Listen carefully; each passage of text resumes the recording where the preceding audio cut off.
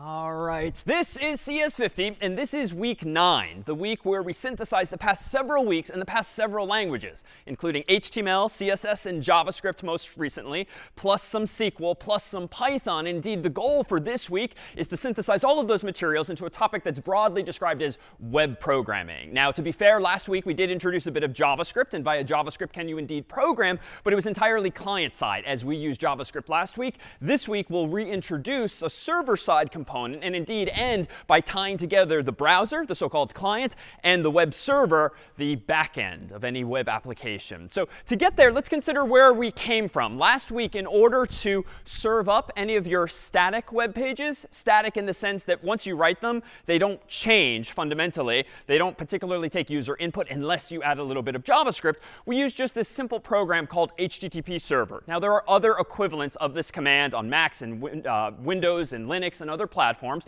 But for our purposes, HTTP server, the program, literally just runs a web server. And a web server is just a piece of software that's constantly listening on port 80 or port 443 in terms of TCP recall. And it's just listening for connections. And anytime your browser connects, it looks at the URL that you visited and maybe some parameters that you may have provided via that URL or more generally via a form. And it then serves up a web page, optionally with some kind of output. But of course, everything last week really was just static. It was just HTML files, CSS files, and maybe some JavaScript files or JavaScript within. But within the requests that your browsers were sending to that web server were, recall, HTTP headers like this. And so among the things that program HTTP server was doing, and among the things any web server was doing, was analyzing the contents of that virtual envelope, top to bottom, left to right, trying to understand what is it your browser or your friend or your family member, if you shared your URL with them, was trying to request. And if the first line of those HTTP headers was just get slash, that just means give me the default web page. And by convention, recall, that typically means specifically give me the file called index.html. That might have been explicit if you literally typed index.html into the browser's URL bar. That would even more explicitly tell the server to give you that file. But recall, we also played with Google.com and specifically its search functionality. And recall that we manually last week constructed a URL that looked like this, and then we replicated it with an actual HTML form, the result of which, when submitting it, brought us to a URL of the form https://www.google.com/search?Q equals cats. And last week, HTTP server is fairly simplistic. It only serves static content, so it was pretty much ignoring things like these URL parameters. But if you actually want to write a back-end web server, a web application like Google.com itself, you need to be able to analyze the contents of this virtual envelope, figure out what path the user wants, or route, so to speak. /search would be the route here in question. And then you have to figure out what the exact HTTP parameters are. Q, in this case, whose value is cats. So someone somewhere has to write code that parses that string, figuring out that you want /search, and then, OK, let's ignore the question mark. Let's declare a variable called Q, and let's give it a value of cats. Like somewhere in the picture, there needs to be code that does that. And today, we introduce you to that very code. And we're going to introduce you to a library called Flask. And technically speaking, Flask is also called a framework. A framework is a way of doing things. It's a way of organizing your code. It's a way of writing your code. That more specifically is just how you should use this library. Now, why does Flask exist? And there are alternatives. Well, Flask exists just to honestly simplify a lot of tasks that for you and me would just get pretty boring pretty quickly. Imagine how annoying it would be if you wanted to implement some new website or some new mobile application for that matter, and you had to write code that analyzed text like this every time just to figure out what the user's input is. Wouldn't it be nice if you can just call a function, the equivalent of getString or getInt, and let some other function written by someone else look at that text, figure out what the parameters are and what their values are, and just hand them to you in nice, easy-to-use variables. So that is one of the things that Flask does for you. It analyzes the insides of these virtual envelopes, figures out what the user input is, figures out what the route is, like /search or /index.html that the user wants, and makes it more easily available to you, the programmer. And it's a framework now in the sense that typically when you create, as we will today, a Flask-based web application, you're going to typically organize your files and folders in this way. And this is what I mean by framework. Frameworks are not just libraries where they have functions that you can call. They typically have a documentation that says, to use these functions, you should additionally organize your files and folders in this way. And perhaps the simplest Flask application would have these files, application.py, which is where really all of our effort is going to go in writing code, in this case in Python. Requirements.txt, which is just a simple text file that enumerates top to bottom, one per line, what are the other libraries that you want to use in your application. Static, which is going to be a folder that literally contains static files like your GIFs, your JPEGs, your PNGs, your CSS files, your JavaScript files, any of the files you wrote this past week. Now they're going to go into this static folder. And lastly, templates. And templates is going to be where more of your HTML goes. And we'll see what the distinction is there versus last week. So in short, if you want to make a web application, not a website, a web application that takes user input, produces user output, maybe talks to a database, maybe sends emails, maybe does any number of other things programmatically, you have a web application, and we'll use this framework here called Flask. And there are alternatives. In the world of Python, there is a framework called Django. In the world of PHP, there are frameworks like Symfony and Laravel and the like. In Java and C# and other languages, there are similar frameworks. So this is just representative of the types of frameworks that are out there.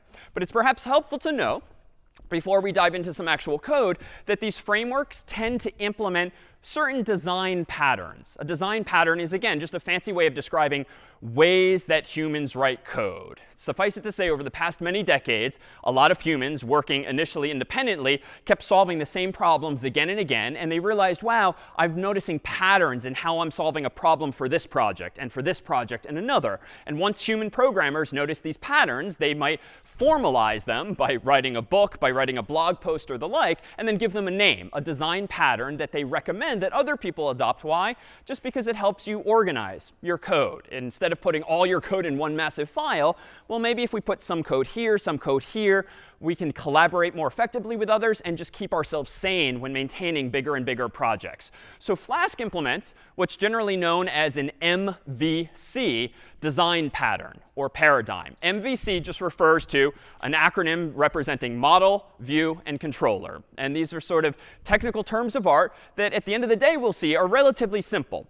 Controller is going to be where you write most of your Python code. It is the file or files that control your web application. So in the past, anytime we've written a C program or a Python program, you have in effect been writing controller code. We just never slapped that label on it.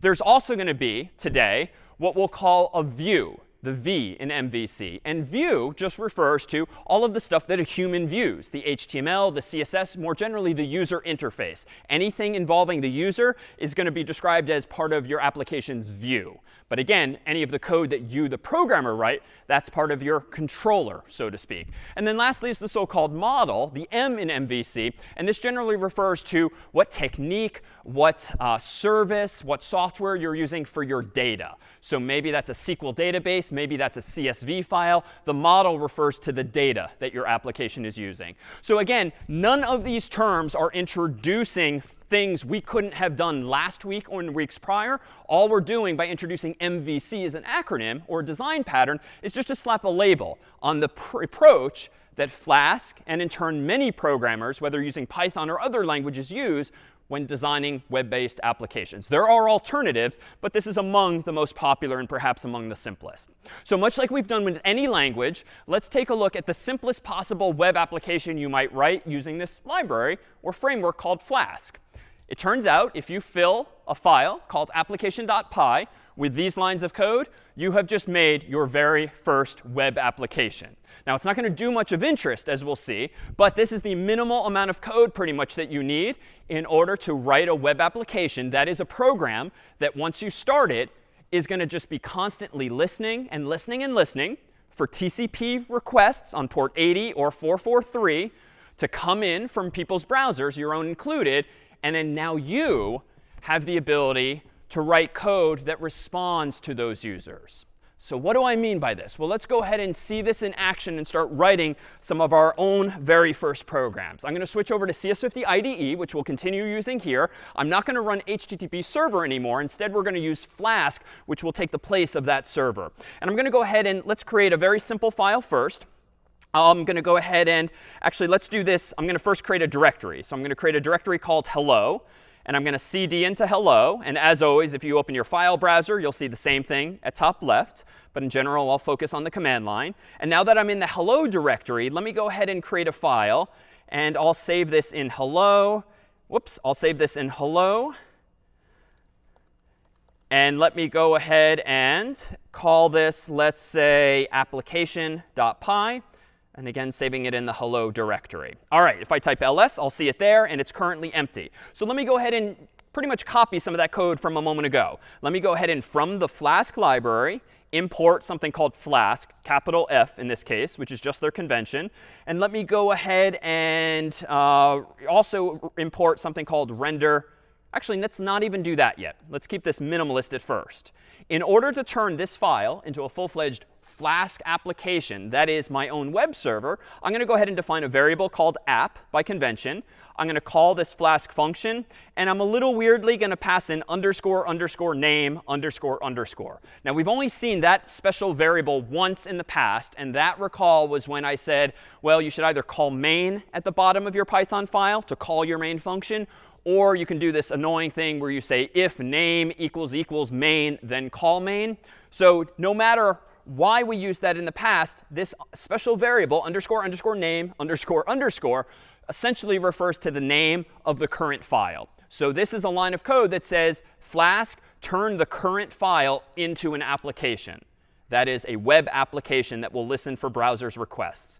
Now in my file, I have to tell Flask, what are my routes? A route is simply a URL. So slash, or slash index.html, or slash search, or any number of other paths that you see in today's URLs on websites. And to do this in Flask, I say app.route, quote unquote, slash. Now, this is something we've not seen in Python before, but this is actually a Python feature. Anytime you see an @ sign at the beginning of a function like this, it's what's called a Python decorator. And for our purposes today, this is just a special way of applying one function to another. But let me leave it at that for now and just say that the convention when using Flask is that at first you define your route, like your slash default route. Then you define a function. And the function can be called whatever you want, but by convention, you should probably call it something appropriate for the actual route in question. And again, humans tend to call the default route your index. So I'm going to go ahead and call this function index.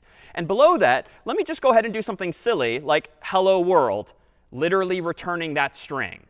And let's go ahead and see what exactly happens here after doing that. Let me go ahead now, and in my hello directory, if I type ls, notice that, again, I only have one file, application.py. In order to start my server today, because it's a Flask application, I do not want to use HTTP server.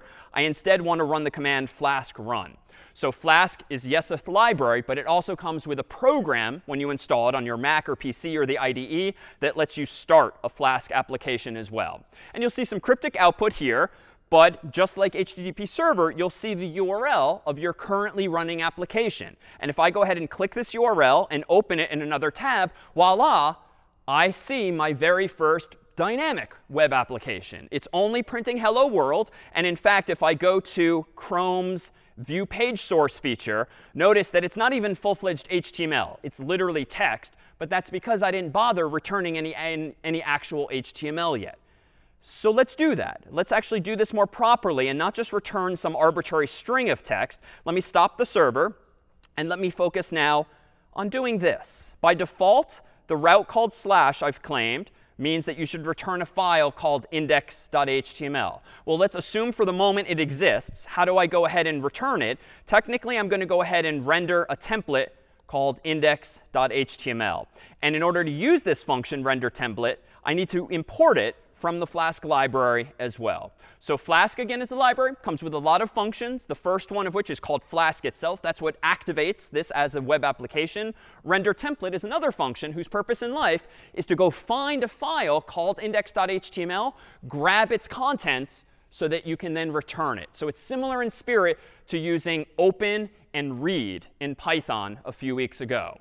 But it's going to give us some other fancy features as well. But let me go now into my command line, type ls to remind us that we only have application.py. I don't want to create index.html in the same directory. Flask, recall, has certain organizational recommendations like this here, whereby I should actually put index.html and all of my HTML files today onward in my folder called templates. So let's do that. Let me go ahead and make a directory called templates with make dir, enter. If I type ls now, you'll see that I have a templates directory. Now let me go ahead and create a new actual file called index.html. Let me store that in my templates directory. And now let me go ahead and do something pretty familiar. We've done this many times at this point, whereby we just whip up a quick HTML page. I'll give my doc type of HTML up here. Let me have my HTML tag. My language will be English by default. Down here, I'm going to have the head of my page. Inside the head, I'll have a title. I'm going to call this hello. Down here, I'll have my body. Inside the body, I'm just going to say hello world instead. So still no progress really from last week. But let me now go back to application.py, remind us that we've just now returned the function call render template of index.html. And again, this function, render template, is going to go open that file, grab all of the bytes inside of it, and return them ultimately via this line. So now let me go ahead and run Flask run again. Let me go ahead and click on my IDE's URL. Voila, same thing. But now, if I open up Chrome's view source feature, notice now that I've returned a full-fledged web page. So again, not really fundamentally that interesting, but I've taken this baby step now toward generating any HTML that I want. So let's make this more interesting. I've claimed all along that there is this way, of course, with web programming to take user input via the URL. So how can we go about doing that? Well, let me go ahead and propose this. Let me go ahead here and write an additional line of code that does something like this. Let me declare a variable called, actually, let's do this.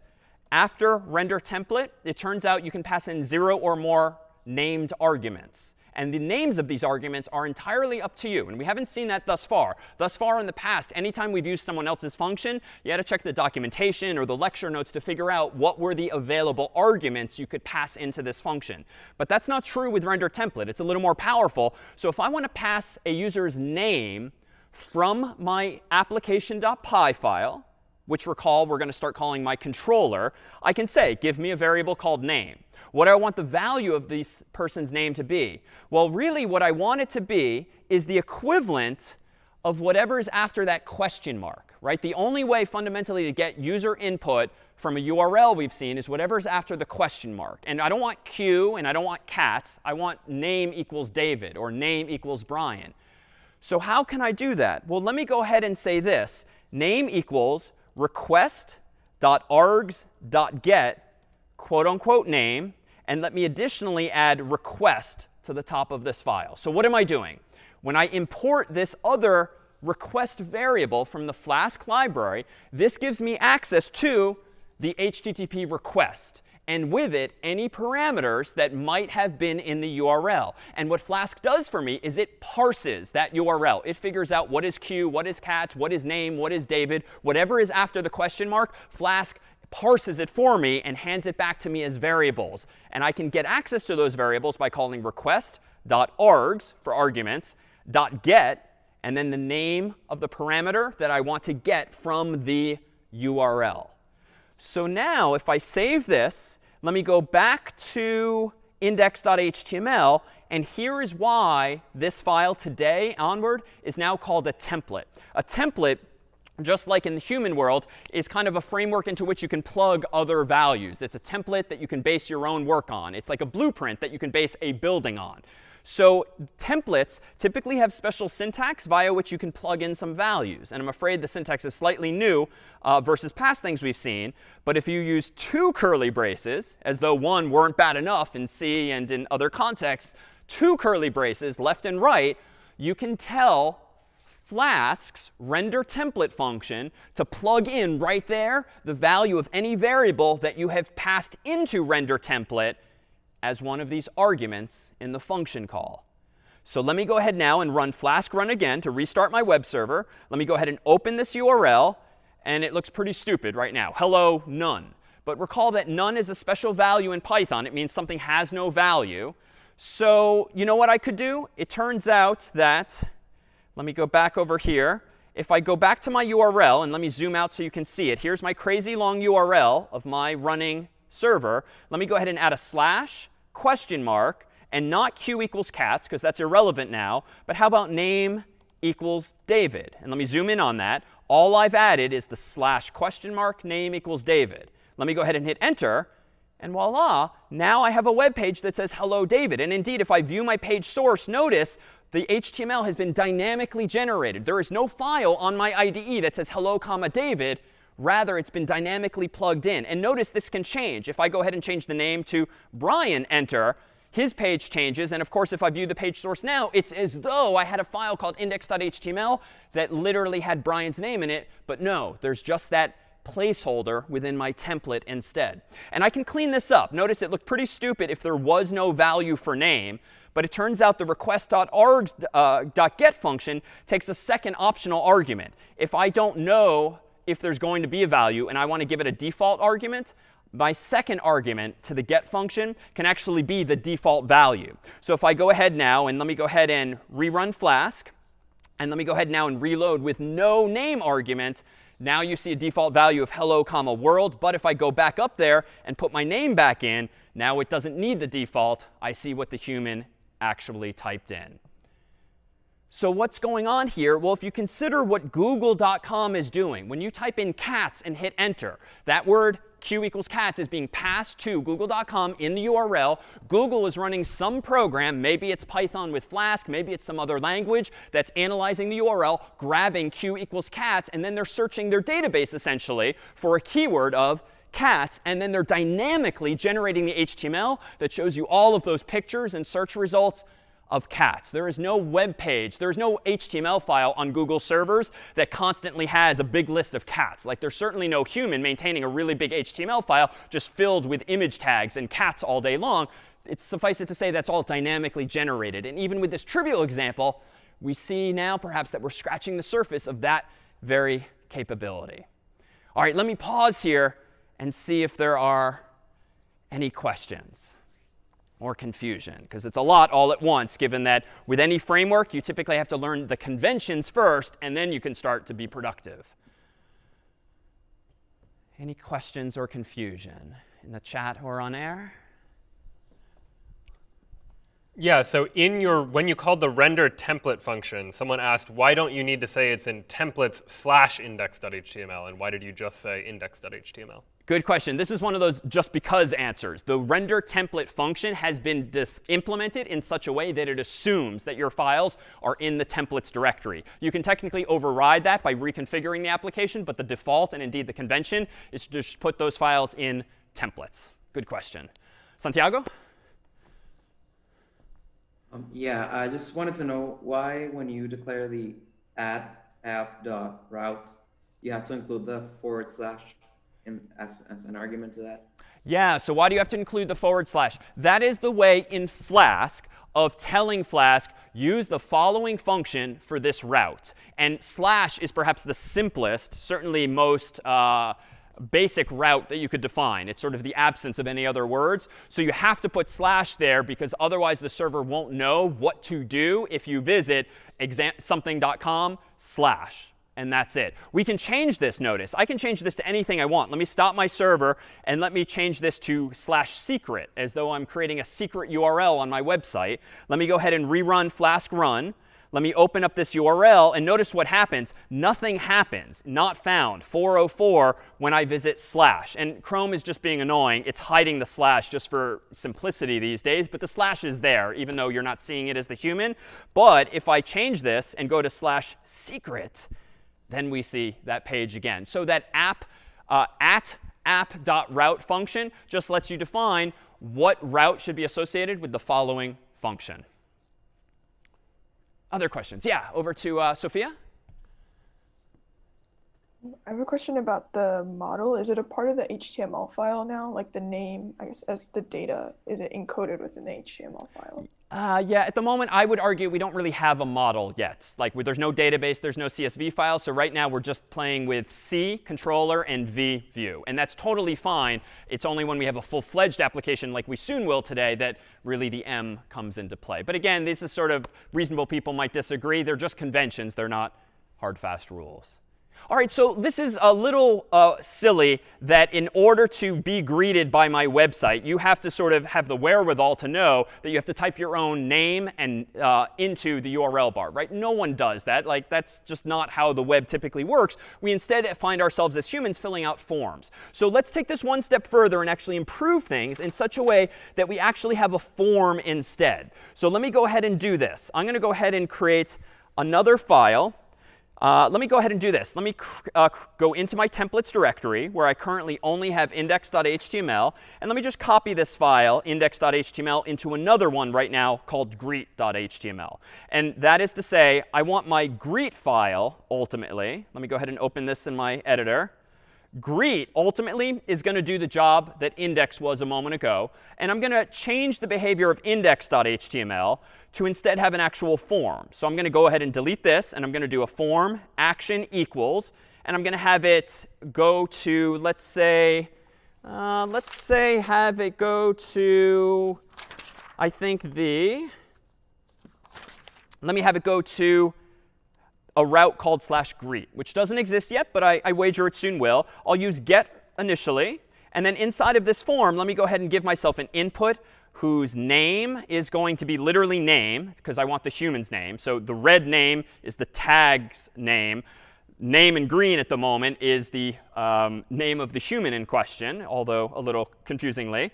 And then let me go ahead and say the type of this field will be text. And then let me go ahead and give myself an input type equals submit. So I have a submit button, and the value of that will be whatever the default is. So now let me go back to application.py. Let me go back to my hello directory. Make sure you don't run Flask run in your templates directory. Make sure you only ever run it where the application.py file is.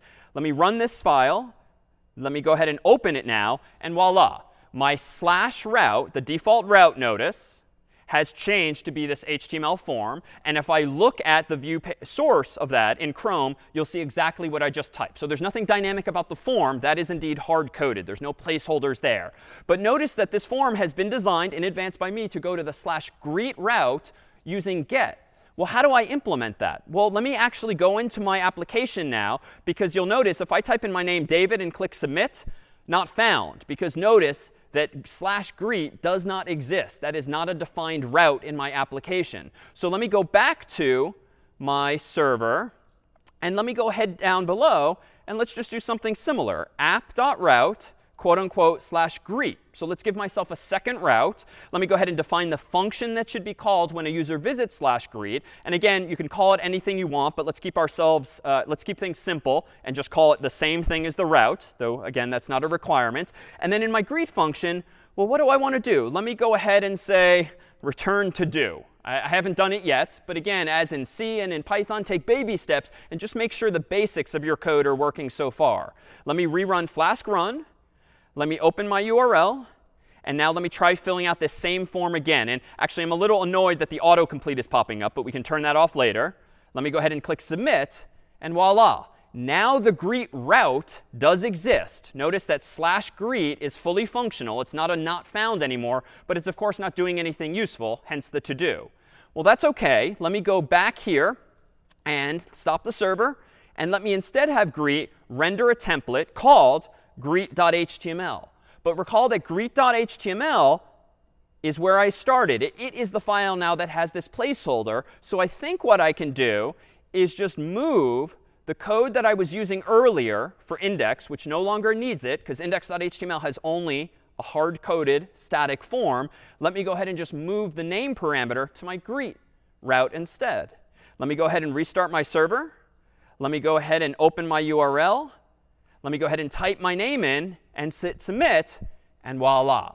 So now we have two fully functional routes, / and /greet, the first of which just so happens to only display the static form, the second of which actually happens to do something more interesting and greet the user. And I mentioned a moment ago, I was kind of annoyed by the user interface here, the fact that it's remembering who typed their name in before, and just rubbing me the wrong way, leaks a little bit of privacy. So let me actually go into my index and recall that there's other attributes in HTML, like autocomplete equals off. I can also do autofocus to give that text field the blinking cursor by default. And now let me go ahead and restart my server after making this change. Let me go ahead and reload. And you know what? We can do a little better. Let's also add one of those placeholder, quote unquote, name, just so that it's a little more clear to my visitors that, oh, you want me to type my name, David, here. Autocomplete is now off. I click submit. Voila. We now have a working, if simple, web application. All right, so what were the additions there? Same exact application as before, but we added a second route and a second template so that one form could submit data to the other route instead. So let me pause here to see if there's any questions or confusion before we continue to iterate on this. Questions or confusion? Via chat or virtual hands, as always. Looks like we have a question from Anna. Sure, Anna? Hi. I was wondering how that name. Sorry, say again a little louder. Wondering how that name equals double quote name is that equivalent to the name that you later specified? It is. And I'll demonstrate this by changing that now. I called it name just because we're indeed talking about humans' names. But I could call this anything I want. So for instance, in my form, I'm collecting this as the person's name. But I could change it to first underscore name, for instance, if I only care about their first name. Let me change the placeholder to make clear that I only want their first name. Let me now go to my application.py. Let me get the first underscore name HTTP parameter. And then in my template, greet.html, let me change this to first underscore name. And actually, I need to make one more change. I need to change this to first underscore name as well. So it's a little annoying that you have to repeat yourself all over the place, but they mean different things. In the context of application.py, this is a parameter that I'm passing into my template. In the context of this get function, this is the HTTP parameter that I'm grabbing from the URL. And in the context of my template, this refers to the first of those, which is the argument I'm passing into render template. And if I reload the server, and let me go ahead and reload the form here, let me type in only my first name, click submit, a whole bunch of things change, not in terms of output, but in terms of functionality. And you'll see that now I'm using first underscore name instead of name itself. Other questions or confusion about routes or parameters in the URL, templates or otherwise? No? All right, well, let me ask a question then of us. Let me go ahead and scroll this down just a bit to make room. Here again is my index.html file. It contains a form. Here now is my greet.html file, which contains just hello, comma, so-and-so. What looks poorly designed about this? I'm going to go ahead and revert just to my shorter names, just so a little more fits onto the screen at once. But what looks poorly designed about this? I claim that it's correct. We seem to have a working web application. But what is poorly designed, arguably? Even if you've never seen Flask or web programming itself. Any instincts based on past lessons learned in C or Python or anything else? Let's hear from Peter.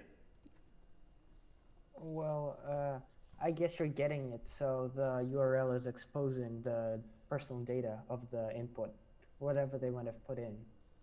So I guess we'd want to use post instead to hide it. Good catch. So all this time, I have very deliberately, but a little worrisomely, been leaking information in the URL in the sense that now it's probably going to be saved by my browser, right? Often when you're typing something to your URL bar, you can see what you've searched for before, what websites you've been to before. And that's a good user interface feature in that it just helps you type fewer keystrokes because you can just hit tab and hit enter to finish your thought quickly. But it's a little invasive if you don't want people knowing where you went or what you searched for, or if it's a lab computer or your siblings are using it too, there's a lot of reasons why you don't want your typed input ending up in that URL bar. And I proposed last week that we can avoid this by using what you proposed is post. And indeed, let's do this. Let me go back to my index.html.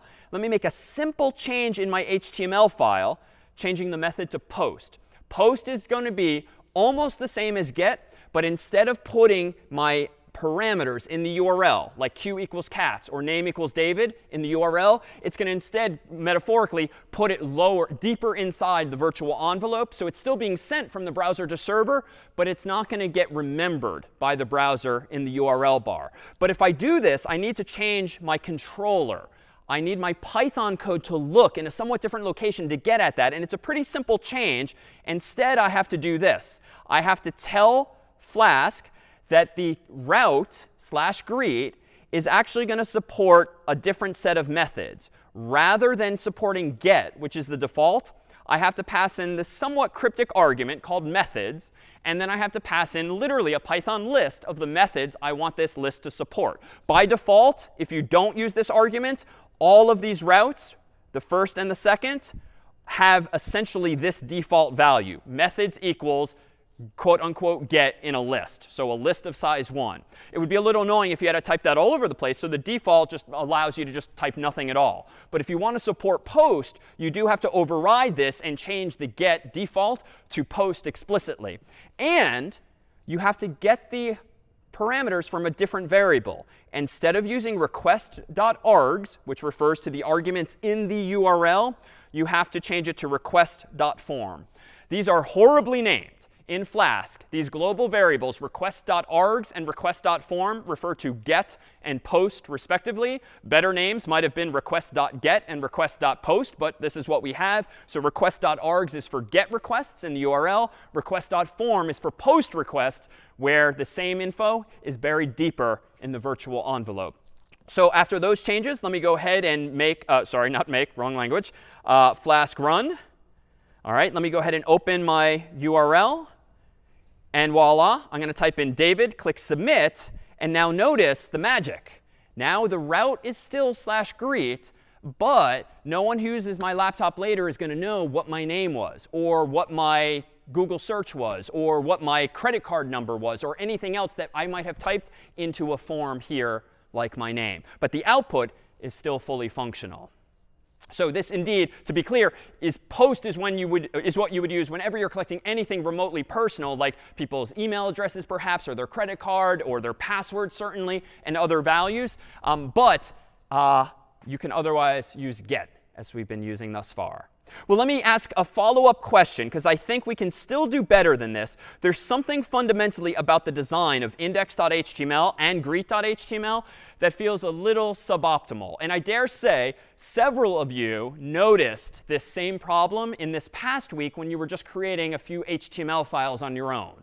What was a little tedious or annoying or messy or poorly designed, as best you could tell, from creating these several HTML files for your own personal home page?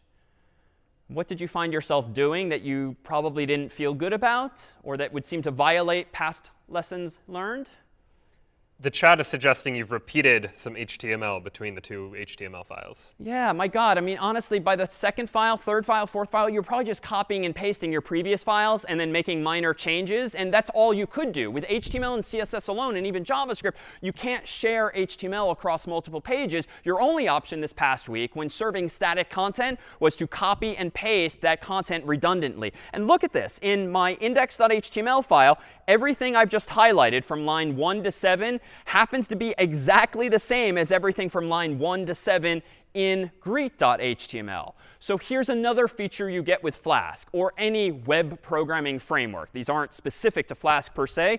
You get the ability to factor out common content. And so how do we go about doing this? Well, let me go ahead and do this. Let me go ahead and create a third file that by convention in Flask is called layout.html. And to be sure, I'm going to put this in my templates directory, because again, it's an HTML file. I'm going to go ahead and copy paste all of that same boilerplate, if you will, all of the commonalities, and delete what was specific to greet.html. And I think what we're looking at, lines 1 through 10, is now like a template for, if you will, the layout for my other two web pages. So you know what? Let me go ahead and do this. Let me use some special syntax and say block body, and then a little weirdly, end block here.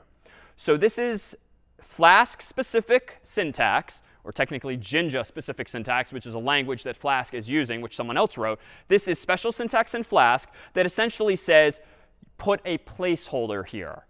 Put a placeholder here so I can plug in other HTML in just a bit. So how do I use this now? Well, let me go to my index.html file, and let me get rid of all of the redundancy, boiling down index.html really into its essence. The only thing that's special about index.html is that form.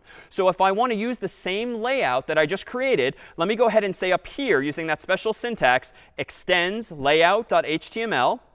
And then down here, let me say, here is my body block, if you will.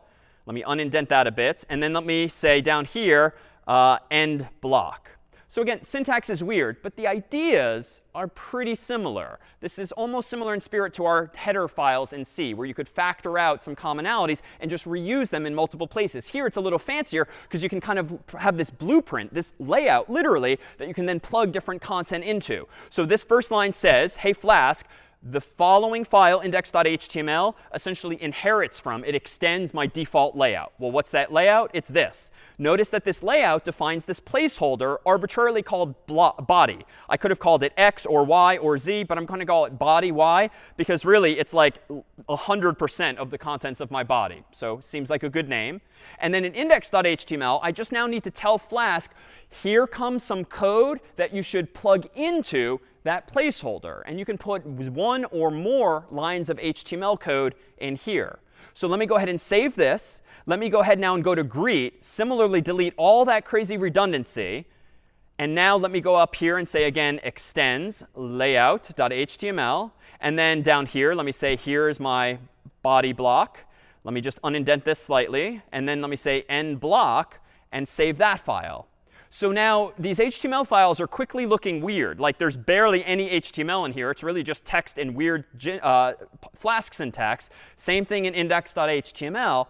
But again, this is one of the values of a web application where you have a programming language like Python. You can factor out those commonalities and really start generating pages dynamically, just like the Googles and Facebooks and others of the world do every day. So let me go ahead now and rerun Flask run. And cross my fingers as always, because I made a whole bunch of changes here. Let me open my URL. And voila, seems to be working OK so far. Let me go ahead and, before I submit this, let me show you the page source. Notice that it's there. It's not quite as pretty printed, like the indentation's a little off, but that's OK. Your templates should be well styled. Everything should be beautifully indented in your templates. But if your templates are then rendered by Flask and the white space isn't quite as pretty, that doesn't matter because, again, the browser doesn't care. But indeed, I have a full-fledged, complete web page. Let me submit this form. It seems to still work. That's my /greet route. I'm seeing hello, David. And if I view page source here, notice another confirm form submission. This is actually a safety feature. You don't want websites tricking you into like checking out twice with your credit card via post. So I'm going to go ahead and click reload manually, which confirms that I want to resubmit this form because there's nothing dangerous about it. There is now my greet route. So this probably would have saved you all a lot of headache or tedium or copy paste. You just didn't have this tool in the toolkit last week. You cannot do it with HTML and CSS or even JavaScript alone in the browser. So this is where you have templates really shining. Not only can you have templates use two curly braces to plug in values of variables, you can use this curly brace %sign syntax and plug in actual contents of other files. Whew. Questions or confusion?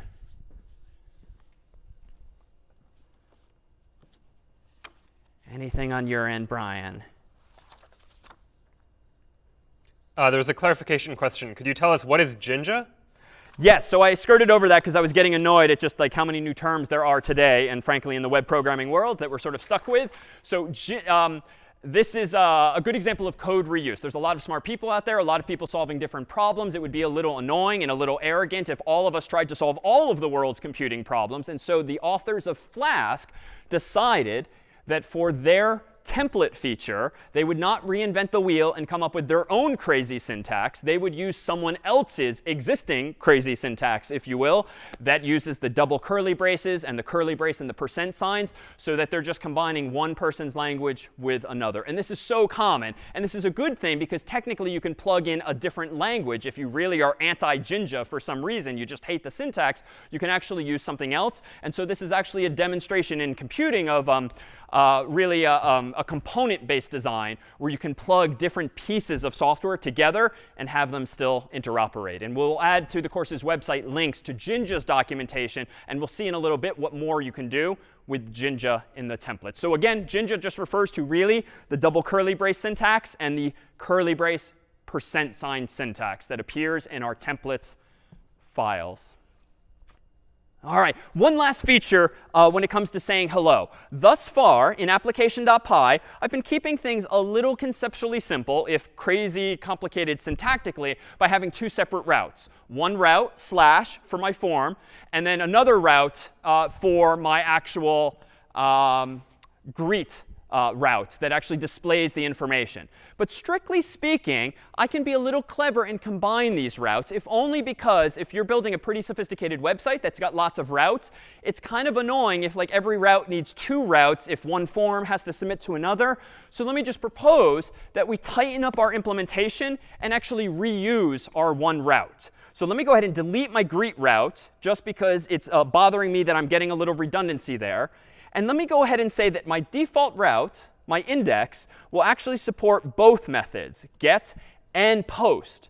So I'm going to use the same route not only to show the user the form, but also to say hello to the user as well. So I need to be able to support both get and post on the same route. So how am I going to do this? Well, let me go ahead and do this. What I can do is if request.method equals get, then I can actually go ahead and execute this line of code here. Else, if request.method equals post, then what I'm going to do is this: return render template greet.html, and I'm going to pass in a name of request.form.get name, and then a default value of world. So nothing new. That's just the code that I deleted a moment ago. But notice now I'm reusing the same route.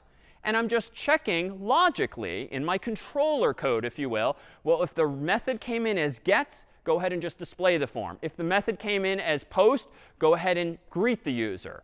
Now, why is this going to work? Well, it turns out whenever you visit a URL on the internet, like http://www.harvard.edu or yale.edu or google.com, you have always been making GET requests. In fact, recall last week when we looked at those sample HTTP requests and the headers, everything we did last week had the keyword GET by default in the envelope. So GET does not have anything fundamentally to do with forms. It's actually the default HTTP verb that's used whenever you just visit any URL. Anytime you visit a URL on the web, you are using GET by default. When you submit a form, you are potentially using GET, as I did first, or you are using post, as I did second. So what's the takeaway here? Well, let me go ahead and make one change to my form. I do want to submit via post. I'm going to submit, though, no longer to /greet, but just to my default route. And if I did everything right here, let me go ahead and run Flask run. Let me open up my URL as before. And I'm at my /route. Notice if I view my page source, the action is going to be / also. So I'm sort of using the same route for two different pieces of functionality. Let me type in my name, click submit, and voila, amazingly, it worked. Hello, David. But my route has not changed. Now, why is this useful? It may or may not be. It's just the capability you now have because if you can express yourself programmatically in Python, you can distinguish between the two verbs, get and post, that are inside of your incoming HTTP request. And if anything, this just means you don't need twice as many routes just to have one thing pass to another. And it turns out there's also other features that derive from just being able to reuse the same route. But more on that down the road. All right, any questions then on saying hello, Flask, or these routes? Any questions at all?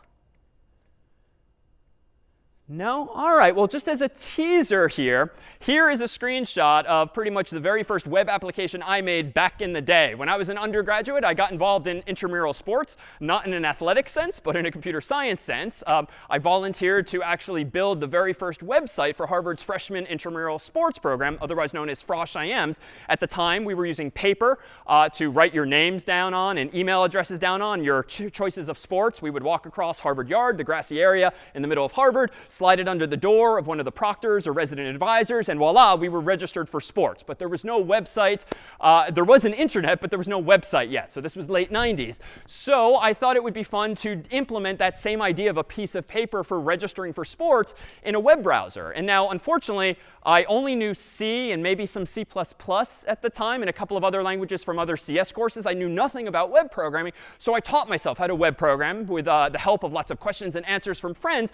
I happened to use a language called Perl. And the result at the end was this frightening design here with lots of menu options up top that use JavaScript and some images here and some CSV files essentially on the back end that stored all of the registration data. I knew nothing about databases at the time, but it was my first foray into web programming. And what we thought we'd do after our first break here is re-implement the idea of a registration system using HTML, CSS, and Python, and ultimately SQL to re-implement the same idea, worrying even less today about the aesthetics. But let's go ahead and take our first 5-minute break here. And when we come back, froshims.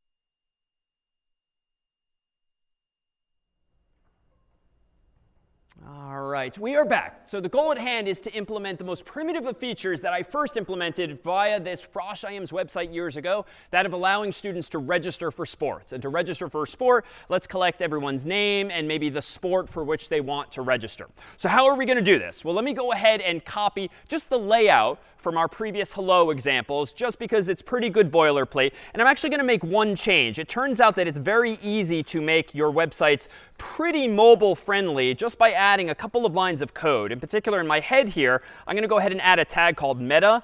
It's going to have a name of viewport. Viewport refers to the rectangular region that defines most of your web browser's user interface. The content of this meta tag is going to be initial scale equals 1 and width equals device width. And this last keyword is kind of the magic. This incantation here essentially tells the browser whatever the width of the user's device is, assume that that's the maximum width for my web page. And it's going to scale my font sizes automatically up or down based on whether you're using a laptop or desktop or iPhone or Android phone or something else altogether. There's other things you need to do to make your websites responsive, so to speak, and it's helpful to use libraries like Bootstrap for that, but this minimally helps at least address issues of font size. So I'll start including that here as well. Now let me go into my application.py, which unfortunately for froshims is empty. And indeed, to be clear, over the break, I created application.py as empty, a templates directory, and inside my templates directory is just that layout.html. So we've got a little bit of work to do here together. So let's go ahead and start building out this application. Let me go ahead and import from Flask the Flask function itself, plus render template, which I bet we're going to need, and then also request, which we're probably going to need as well. Let me initialize the application with this Flask function using __ name. So again, that's literally how we began earlier. And let's just go ahead and start defining our first route. App.route, quote unquote, slash. Let me define a function called index. But again, I could call it anything, but that's good convention. And just to get me started, I could do this quickly and say return to do. But I'm kind of confident now in my ability to at least use render template. So let's at least render a template called index.html that admittedly does not yet exist. So let's make it exist. Let me go ahead and create a new file called index.html. And again, I could call this whatever I want. But if this is going to be my default route, I might as well call my default page the most common default name, which is index.html. Let me store it in my froshims folder, in my templates folder, so that it's in the proper place. In here, let me go ahead and say that this extends my layout.html. And then down here, let me say my body block will be whatever's in here. And then my end block will close that. And here, now I'm feeling a little uncomfortable with how much code I've written. So let's just put a to-do there. And let's make sure this whole thing works. So let me go back into my directory, do flask run, enter.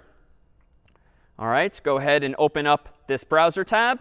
And it just says to do. So I think I'm in a good place. Indeed, if I view page source, I see a full-fledged web page, including that meta tag we just added, but with just a big to do here. Now, what do I want to do? The biggest thing I want to do is actually have students be able to register for a sport. So let's go ahead and define ourselves an HTML form via which to do this. So inside of my body block, in my index.html template, let's go ahead and first just call this like the registration page with an h1 tag. And then let me go ahead and give myself a form.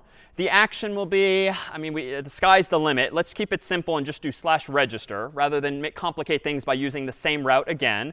Let's keep things a little private. So let's do a method of post so that my roommates don't know what sports I'm registering for or not registering for. And then in here, let's go ahead and ask the user for their name. So let's go ahead and do an input. Name equals name, where the name of this input is going to be name in the human sense. The type of that box will be text. And let's add some of the fanciness as before. Autocomplete equals off or oof. Autofocus, whoops, autofocus. And then over here, a placeholder so that it's self-describing of name. All right, and then let me go ahead and give myself a submit button. Input type equals submit. And let's add a value of register just to make the website a little more user-friendly. Let me go ahead and stop my server and restart it so I can reload all of these changes. And let me go over to this URL again, and voila, we have the beginnings of a form. It's only asking for names, so it's not quite there. So I need to ask for some sports as well. Now, there's a bunch of ways we can do this. And even though you might not have seen them all yet in CS50, you've certainly used them on the actual internet when you're visiting websites. So let's do a drop-down menu initially. Let me do what's called the select menu, because you select an option, the name of which is going to be sport. Select menus, if you read the documentation or follow an online tutorial, you'll see that they must have children called options. And children must have values. So for instance, let's use a value of, how about dodgeball, which is a common intramural sport. And then inside of the option tag, you actually have to say, much like a link, what the human should see. So I'm just going to redundantly say dodgeball here too. And let me go ahead and make my life a little easier here. Let me to do, just to speed things up, let me do a little bit of copy paste here. And how about we change this one to flag football. Flag football. Over here, let's do, say, soccer and soccer. And again, just like links, there might be this duality, the same values, but they don't have to be the same. But for now, we'll keep it simple. This is what the computer will see. This is what the human will see. And then down here, we'll call this ultimate frisbee. And here, the same thing, ultimate frisbee. OK, so now I have a working drop-down menu. So let me go ahead and prove as much by restarting my server, visiting my same URL. And voila, the user interface is kind of ugly, definitely very minimalist. But if I now type in my name, David, notice that by default, dodgeball selected, because one of those options should be. But I can actually fix that. I don't like how I'm forcing everyone to think they have to do dodgeball. Let me do an option here with an empty value, for instance. And I can even say something up here, for instance, like, let's just say what it is, sports. So with no value. So it's not an actual valid option. Let me go ahead and open my URL now. OK, so now I see sport in the drop-down too. So David, sports. OK, it's a little weird that you can register for sports. That's not really a thing. So let me fix that. It turns out if you read the documentation for a select menu, you can actually disable the option and also, let's say, select it by default.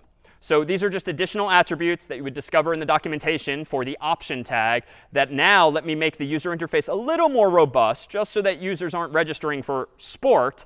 Let me go ahead and do David. And now notice sport is selected by default, but it's grayed out. It's not a valid value anymore. So minor user interface improvement. Dodgeball sounds amazing. That was not an intramural sport in my day, but it apparently is these days. So let me go ahead and register for this. OK, but of course not found. Well, why is that? Well, if we look at the URL I just ended up at, I've not implemented my /register route yet. All right, so let's do that. To do that, I need to go back into application.py. And let's go ahead and do some registration trickery. app.routes/register. I'm going to define a function that I might as well call register, but I could, again, call it anything I want. And in this function, let's keep it simple initially. Let's just go ahead and return a template called success, and just presume that the registration was successful. And in fact, let me go ahead and create a new file called success.html in the froshims templates directory. And let me make sure that also extends layout.html and that it has a block body and, for good measure, and block. And then down here, I'm going to keep this so simple for now. You are registered, exclamation point. I'm not really registering anyone for anything, but I'm going to claim that they were. So now, if I rerun my application, and I go back to my form here, and I now re-register David for dodgeball and click register, now it's a bug. And let me pause here just to see if the pieces are fitting together. Method not allowed, even though I'm at /register. Any thoughts on how to fix this? Method not allowed? And notice you can even see in my terminal window in red an error message. Status code 405, which means method not allowed, which is a rare one, but I indeed screwed up. Brian, any thoughts? Yeah, over to Santiago. Yeah, I think that when you define the app.route for read or register, sorry, you didn't specify a method is post. Yeah, so by default, my methods are all get. But if I want to use post for privacy's sake, recall that I just have to tell Flask that the methods I want you to support for this route are this list of verbs or methods. And that list is going to be of size 1 with just the keyword post in it. So again, when you encounter these issues, which you absolutely will when doing all of this for the first time, don't worry so much about the specifics of the error message, but the ideas. Like, what's gone wrong? Method not allowed. What could that mean? The only methods we've talked about are get and post, so maybe it's something related there. Well, the route in question was /register, so maybe it's something related to my register route. And see if those kinds of clues can lead you to a solution like Santiago just proposed. Let me go ahead and restart my server. Let me go ahead and reload my form. Type in David again. I'm going to select dodgeball, register. Voila, you are registered. All right, I'm not actually registered for anything, but I feel like there's still a missed opportunity for error checking now. In fact, let me go back to my form, not type David, and not select dodgeball and click register. Well, this is kind of stupid. Like, it's saying I'm registered. Even if I only type my name, no sport, you are registered. So there's a missed opportunity here for some error checking. So let's at least go in and add this. Let's go ahead and do something like this. How about if not request.form.get name or request.form.get sports, or not that, then let me go ahead and return render template failure.html. Otherwise, I'll return success.html. So let me try this now. Let me rerun the server, Flask run. Let me go ahead and reload my form. No changes to the form. But now if I don't cooperate and I click register, OK, now really bad things are happening. This is one of those 500 errors. Let's see where I screwed up. Internal server error and the subsequent paragraph are not very descriptive. But if I go to my terminal window, here's my exception, a Jinja2 exception. That's the templating language. Failure.html is not found. All right, well, that's just because I made a stupid mistake. So let me stop the server. Let me go ahead and copy success.html for now. Let me go ahead and paste it in here. And I could probably factor this out, but we're going to keep it simple for now and call this failure.html. Put it in froshims templates. Save it. Now let me rerun my server. Now let me go back. Let me try not typing in anything and just registering. OK, voila. Now it's actually checking. And if I go back here, name, OK, I'll not type in a sport. It's still not checking. But there's still this kind of hack here. You know, you recall from last week that if you right-click or control-click on anything in any web page, you can inspect it in Chrome or your preferred browser. And that lets you start poking around the HTML. And watch this. Maybe I'm a little bit upset that there's no, let's say, tennis. Tennis is not offered by the intramural sports program, but darn it, I want to register for such. Well, again, using a browser, there's nothing stopping me from, for instance, I don't know how to do this. Let's change Ultimate Frisbee to tennis and literally change the HTML on the page. Zoom back out, close the inspector. Ha-ha! Now tennis is a sport at Harvard. So now watch what I can do. Register for tennis. Type in my name, David. Voila, registered for tennis. Right? I've hacked the website. All right, so in some sense, I kind of sort of have hacked the website this time. Now, obviously, I'm not doing anything with this information on the server at the moment. I'm just blindly saying registered or not registered. But notice what I've just done. In fact, let's really notice what I've done. Let me go ahead and inspect the page again. Let me go to my network tab, and let me resubmit this form. And watch what happens here. Let me go back here. Let me type in David. Let me do this quick hack again. Let me go ahead and right-click on Sport, Inspect. Let me get rid of Ultimate Frisbee and change this to Tennis again. And let me change this to Tennis again. Enter. Now let me go to my Network tab, select Tennis from the drop-down. And then down here, let me go ahead here and click Register. Notice what's going on down here. Just like last week, you can see a list of all of the HTTP requests. So let's look at /register.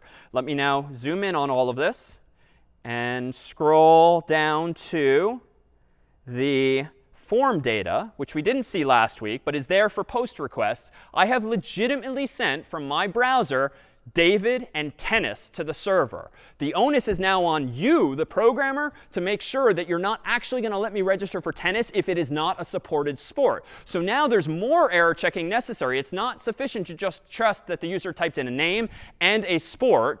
You can't just check for the absence of either of those. Now we should really be smarter and make sure that whatever sport the human's browser sent actually exists at Harvard. And you could imagine this going very wrong very quickly if it's a bank account. Like, how much money do you want to deposit? Well, I'll just hack the HTML and change the amount of money I'm depositing or withdrawing, right? You should not be able to change a server's data or database by just changing some HTML. You should never, ever trust your users, or myself in this case. So how do we defend against this? Well, there's a solution to this problem that actually gives us some other features as well. Let me go ahead and get rid of this silliness where I've literally hard-coded all of these sports in the HTML, which literally I resorted to copying and pasting. That should have been the first clue that we can probably do better. Let me instead go into application.py.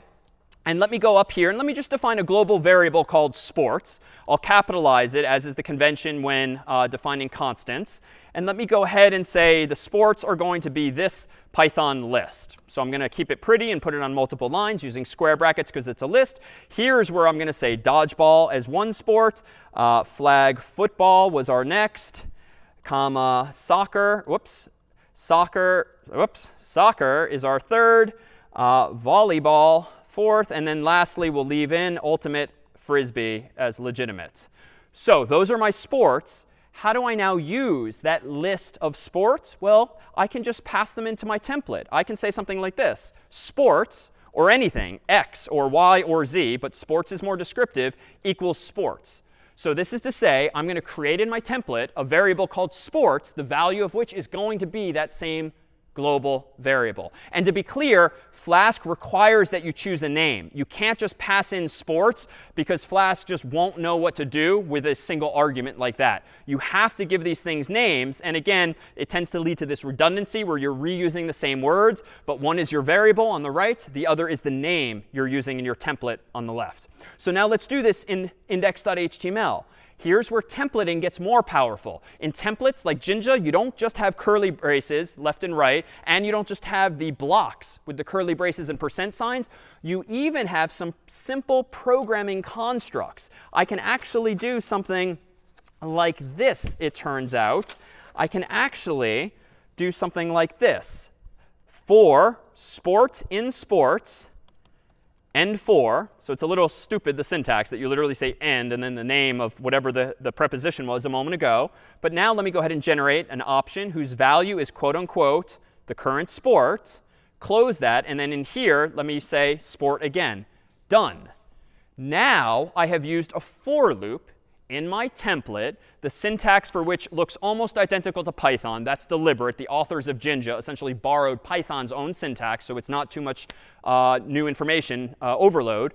And notice what I'm doing. I'm using this Jinja syntax to iterate over that sports variable.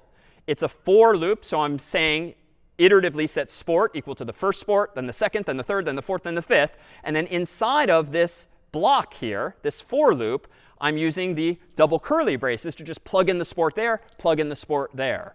And what's amazing about this feature of Flask, and in turn web frameworks in general, is that now when I run Flask run and I open up my URL and go to this form, voila, it's there. It's dynamically generated for me. And if I look at my page's source in my browser, notice that all of those options are indeed there, but I didn't have to type them out manually. I now have it in an array, and I'm dynamically generating even more HTML. And what's more powerful about that savings is that now I can go into my application.py, and let's not just check for this value. So if not request.form.getName, that was saying if there is no name, and then this part here was saying if there is no sport.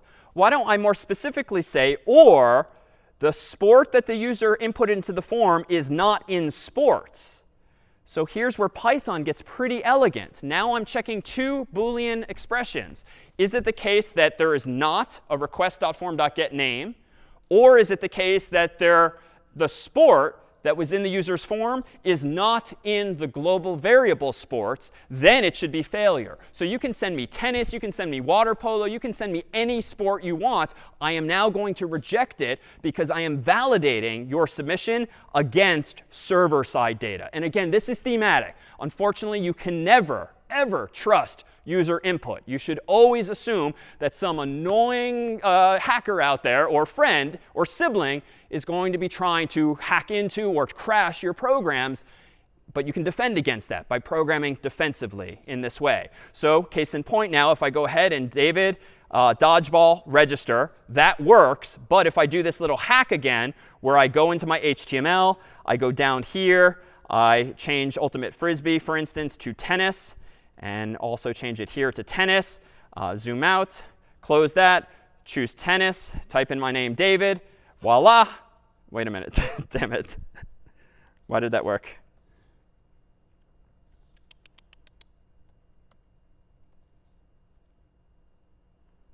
Or request. Sorry. Sorry. David is not only registered but confused. Let me check this once more. Sport equals tennis. Register. Oh, wait. OK. I didn't restart the server. It was still running the old code. Now I open it up. Oh, now we have to do this again. OK, now I'm going to go ahead and hack the site. Let me go ahead and inspect this, expand the sports. Let's go ahead and change ultimate frisbee to tennis. Let's go ahead and change that to tennis. Close the window, change the dropdown to tennis. And now, there we go. OK, all right. Was confused for a moment. But again, just restart the server, and it will reload the changes we actually made. And thank you so much, Brian, for diving in there to save me. But figured it out. All right, any questions or confusion beyond my own now on what it is we've just done by, one, dynamically generating a list of user select menu options, and also validating on the server against that same list of data? Any questions or anything on your end, Brian? Nothing here.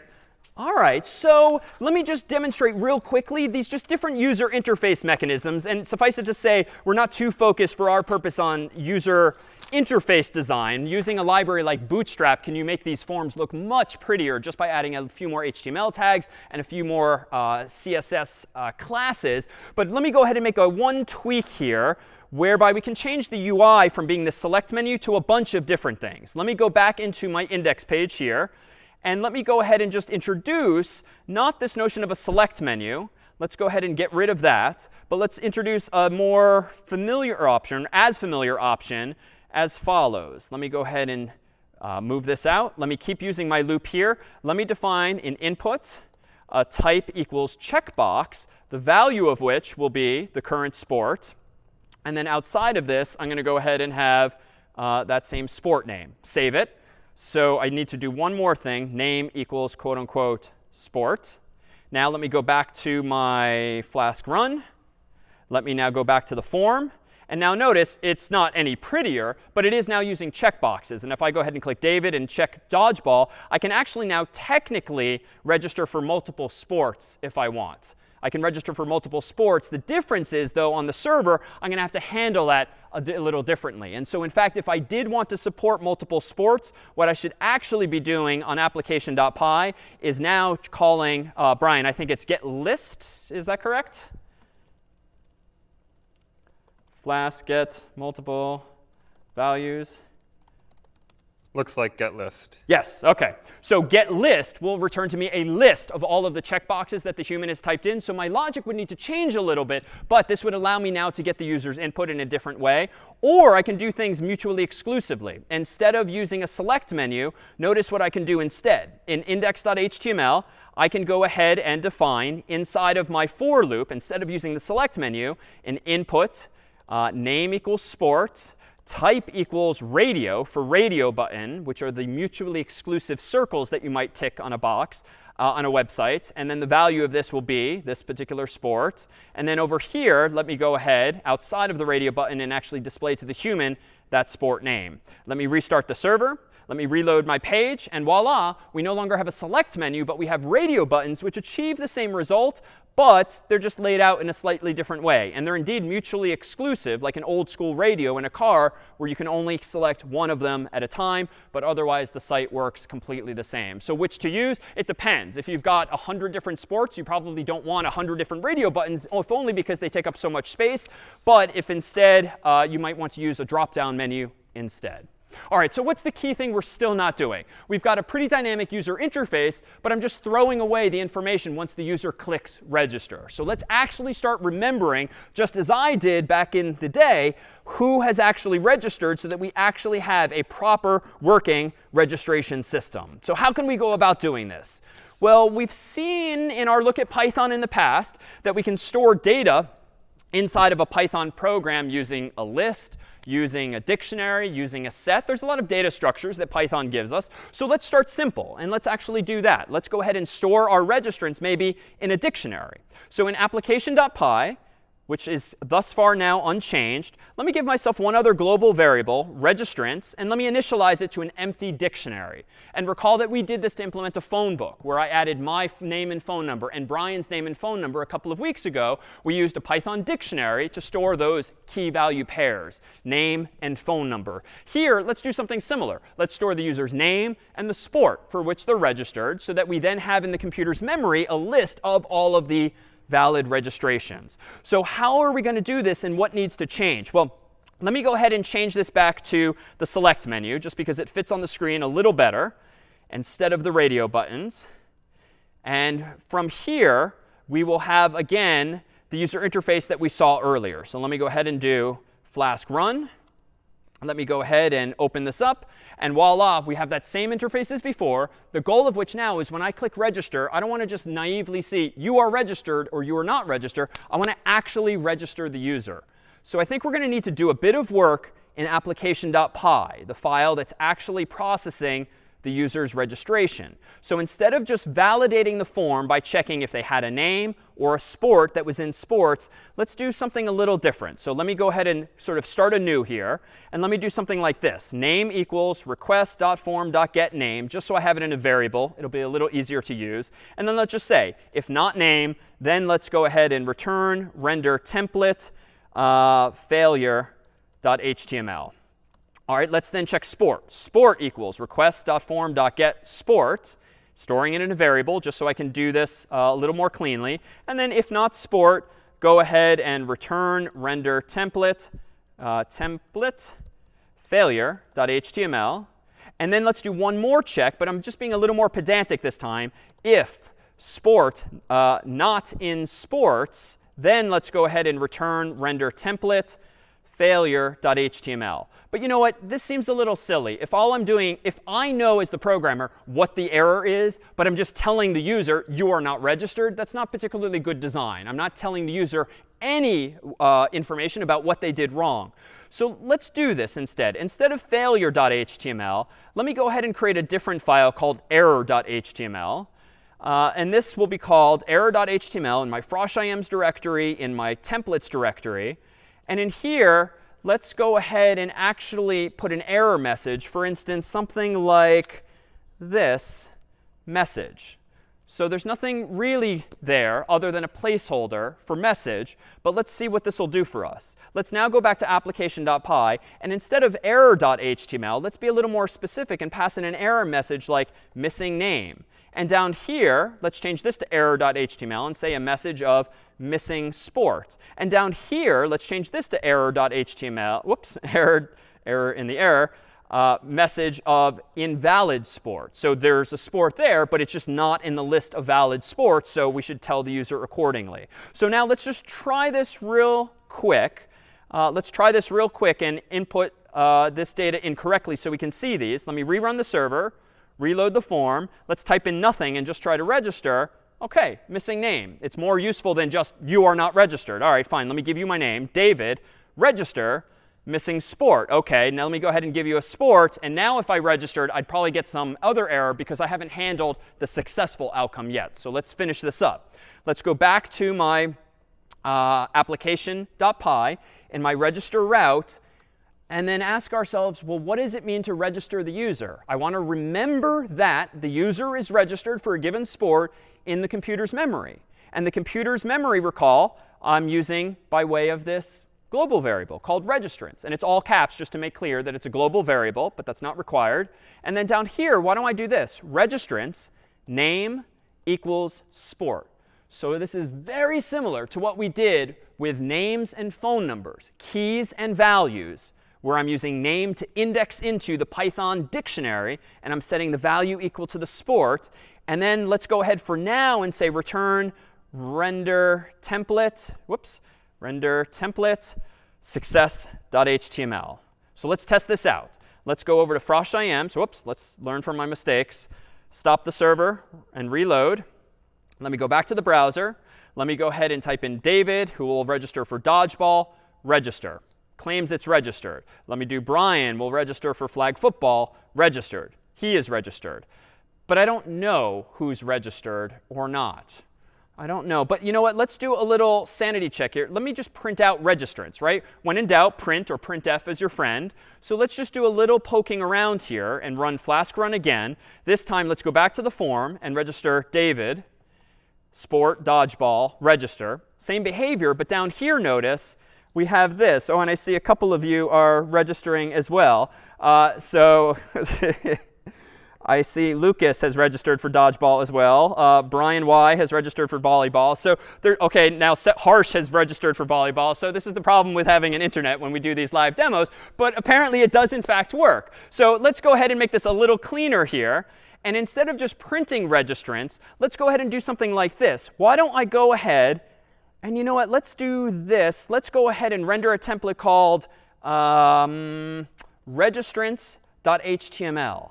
And I think to make this happen, I'm going to need another route. But this one will be kind of interesting in that we've never dynamically generated quite this kind of success message. So let me go ahead and whip something up real quick here. Let me go to a new file, registrants.html, froshims, templates, and then in that folder, templates.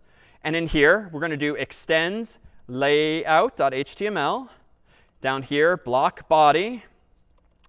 End block, and then down here, in here, I'm going to do, this is going to take me a moment here, h1 registrants. Then below that, I'm going to give myself an HTML table. Inside of the table, I'm going to define what's called a table head, which is not strictly required, but it helps distinguish the head from the body from the optional footer. Inside of here, I'm going to create a table row. Inside of here, I'm going to create 3 columns using th, table heading, which you might not have seen before. Typically makes things bold by default to make clear it's the heading. And I'm going to put the person's name and then another heading of their sport down here.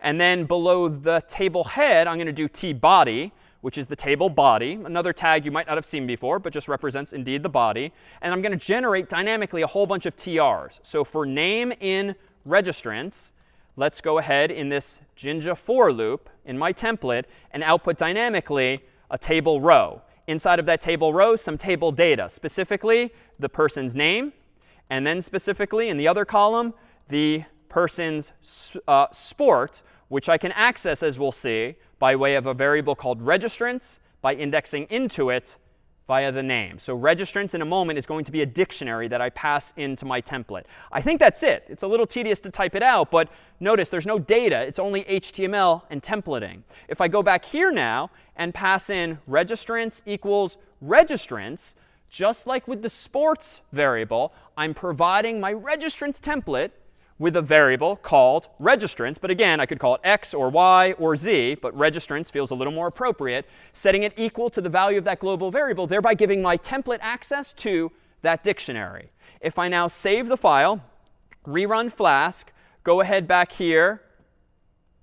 Whoops. Let me go ahead and do this once more. Let me go ahead and rerun Flask. Let me go ahead and select my URL. Let me go ahead and register David for dodgeball and click register. Voila, Harsh, you beat me to it. So Harsh is registered for flag football. David has registered for dodgeball. It's not the prettiest user interface, but if I view the page source, you'll see that we indeed have the table head, followed by the table body, followed by Harsh for flag football, followed by David for dodgeball, and then after that, any subsequent registrants who are registering at the same time. So this is pretty cool, I dare say, in that now we have the ability to save all of these registrants to a global variable. But what's a downside here? We've made progress. I'm now showing you users who have registered. So that means the RA or proctor who's running the sport knows who's registered. But there's a catch. What could go wrong here? What's bad about using a dictionary? Sophia? I was thinking that every time you reload the server, you're just going to reset and you're not going to save the data. Exactly. If I'm just using a global variable, it'll work forever so long as the server runs forever and the IDE stays online and we don't lose power or any other number of reasons. But as soon as the web server stops or is turned off or something goes wrong, we're going to lose all of that data. So this is why a couple of weeks ago with Python, we actually used CSV files or ultimately a SQLite database. But let me make one change too, because what I don't like right now is that at the moment, the only way to view my registrants is to actually register yourself. And maybe that's a feature if you want to require people register before they see who else is registered. But it feels nice to have a different route, maybe /registrants, that anyone can visit to see the actual list of registrants. So let me go ahead and make one tweak here. Let me go ahead down here and define another route, app.route /registrants, and then define registrants as my function, but I could call it anything I want. And let me actually move this rendering of template here. And you know what? Let me be a little clever. Let me actually redirect the user to /registrants. So let me go ahead and import one more function up here, redirect from the Flask library. And this is a function that will literally do one of those HTTP 301s or some other status code that will send a location to the browser that says, go here instead. And the reason for this is that it's just nice now that inside of my register route, once you're registered, I don't need to like literally copy and paste this line in 2 different places and actually have redundant code. I can just say redirect the user to /registrants, which already exists now, so that they can see themselves and who else has registered. So if I do this again, let me restart the server. Let me go back to the form, type in David for dodgeball, register. OK, so Harsh, you didn't make the cut this time, but we see Break and Moash and David now registered in that split second, amazingly, for these sports. But notice the URL, which is the key point. Now we're at /registrants. And if I keep reloading, I'll keep seeing all of the changes since then. All right, but Sophia makes a really good point in that the data is all going to be lost. So I think we should clean this up and maybe do one final version here where we actually save the data in, for instance, a SQLite database, or maybe even email it out so that we have a backup copy as well. So let me go ahead and propose this. Let me go ahead and propose that we make a few changes here, borrowing some inspiration from our look at both SQL and Python. So I'm going to leave most of this alone for now. I'm going to go ahead and get rid of this variable. We'll have to store the data elsewhere. And instead, let's go ahead and use a database, a SQLite database. So let me go ahead and declare a database as SQLite : //froshims.db. Let me go ahead and import this. This, recall, is from CS50's library, the SQL library. And let me go ahead in my window for just a moment here and copy the database from an example I brought with me, just so that we don't have to create the database as well and sort of rehash things from our week on SQL. Let me go ahead and grab the database here. And indeed, voila. Database is out of the oven, and we now have a local file in my directory called froshims.db. So let's go ahead and first look at this database. SQLite of froshims.db. .schema, enter. Here's the database table that I created in advance, just so we wouldn't have to reinvent the wheel. I'm creating a table called registrants with an ID column, with a name column, and a sport column. The primary key is going to be that ID.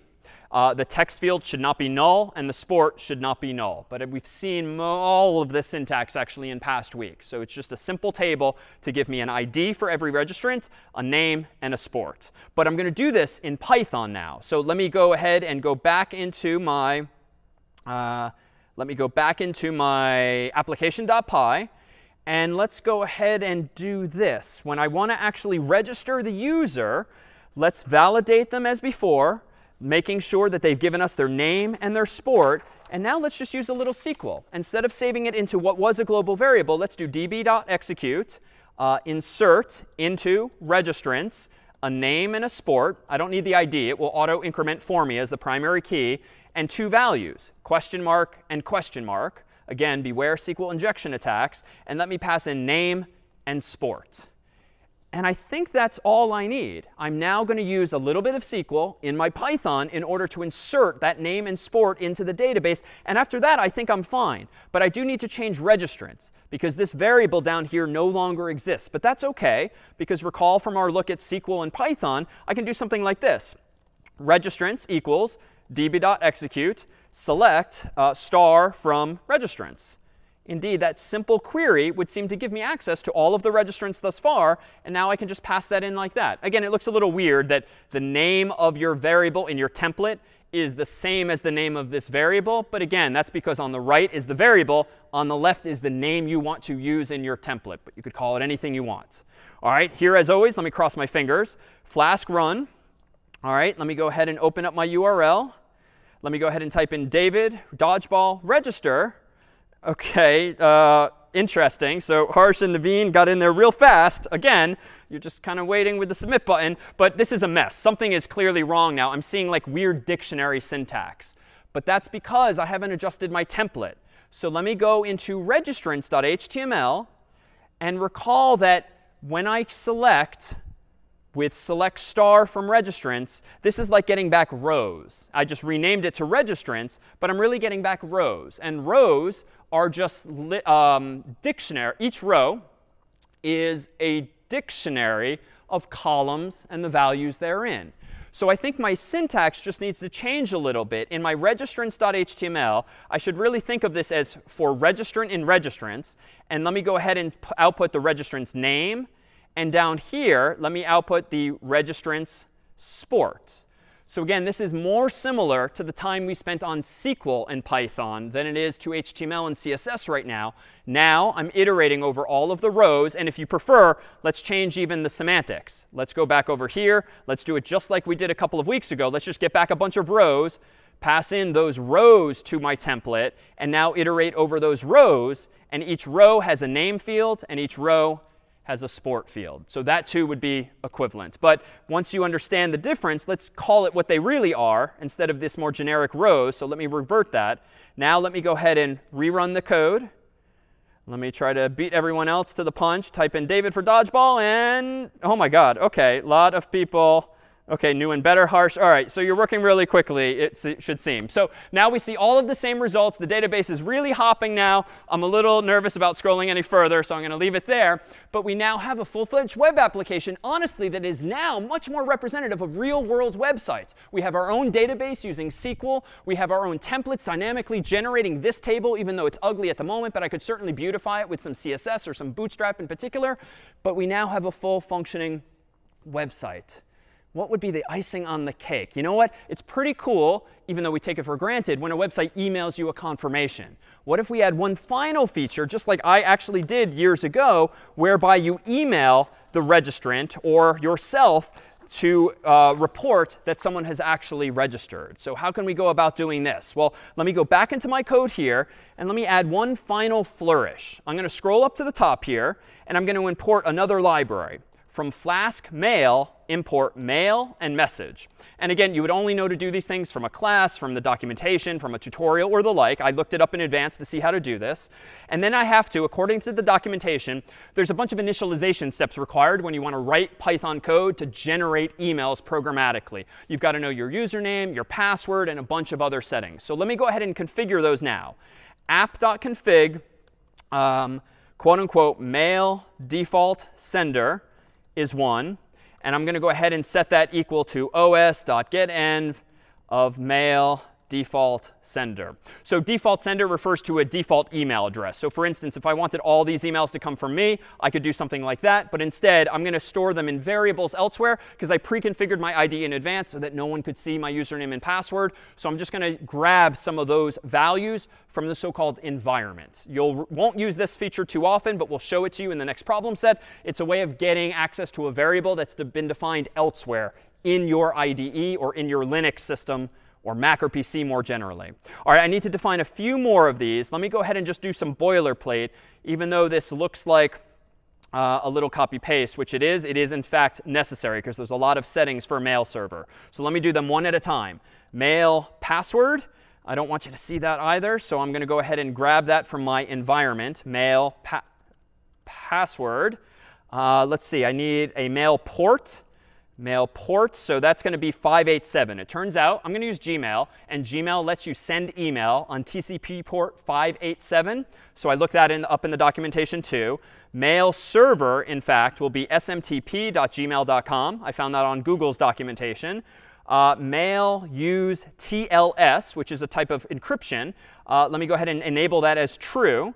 And then lastly, mail username. I don't want you to know what username I'm using, but I'm going to go ahead and grab this from my environment username. And this is actually deliberate, though I'm sort of saying it tongue-in-cheek. It is bad practice to type in usernames, passwords, or anything remotely private or secure into your code. Because imagine if you did type your own Gmail username or password into this program just to try it out, literally right now at home, and then you ran submit 50 or check 50, guess what? You're sending your username and password to us, the staff, not to mention GitHub and the whole internet, by including it in your source code. So while I'm sort of making fun at what I'm doing here, this storing of private information in these environment variables is actually best practice, because it means it's not in my code. I'm not going to accidentally copy and paste it elsewhere. All right, I need to import one other thing, which will explain all of these red X's. I need to also import OS. So it's kind of a bold claim to import a whole operating system, but there's indeed a library that comes with Python called OS, which gives you access to things like these environment variables and others. Whew. OK, that was a lot. And I need one last line of code, a mail variable equal to passing my Flask application to a function called mail. All right, I think all of those errors will soon go away. I think it's just being a little slow on me. Let's go ahead now and actually send mail. Indeed, the red errors are gone. Let me scroll down. And before I redirect the user to /registrants, but after registering them, let me go ahead and do this. Let me define a message variable equal to capital message, which is the feature I imported from that library. And let me create a subject line of you are registered. And let me go ahead and, oh, I don't actually know who to send this to. So that's OK. Let's go ahead and change something here. Let's go ahead and have the user ask not for their name. Let's ask the user for their email now. So I'm going to change my actual form to ask for their email instead. And now let me go back over here. And let me go back in here and set a second argument of recipients equals email. And let me change this here. Let me go ahead and get the user's email from the form. If there is no email, let's yell at them and say missing email. Sport is unchanged. Let's go ahead and insert into registrants. You know what? Let's not bother inserting into the database, actually. Let's keep this super simple. Let's get rid of the SQL stuff. Let's just have it send a confirmation email. So it's even simpler. We'll keep the focus entirely on email here. So I've created the message with a subject line and the to line, so to speak, by the recipients. Now I'm going to go ahead and send mail.send message. Save. Here's where I'm going to cross my fingers as always. I'm going to go ahead now and run this program. I'm going to reload my form here. It's indeed asking me for email. Let me go ahead and type in, let's say, John Harvard's address here. John Harvard, like me, will register for dodgeball. And let me go and click register. Now the website is about to say internal server error, which comes as a surprise to me. But let me see why. Oh, I accidentally am still using the database. So let me fix this. Let me go ahead and, since we're not using the database anymore, let me go ahead and revert to our simpler return render template success.html. All right, user error. Let me go ahead and restart the server. OK, bad gateway, whole other problem. Here we go. J Harvard at CS50. Let me go ahead now and register for dodgeball. Register. Crossing my fingers. I am registered. And indeed, let's go over to my other browser here where I have Gmail open. I am currently masquerading as John Harvard in Gmail here. Let me go ahead and refresh my inbox. And oh my God, a message from the CS50 bot that I am indeed registered. So now we have a programmatic way of sending emails. I hit it twice, so I got 2 emails this time. But indeed, I've now dynamically generated emails as well. Whew, a lot.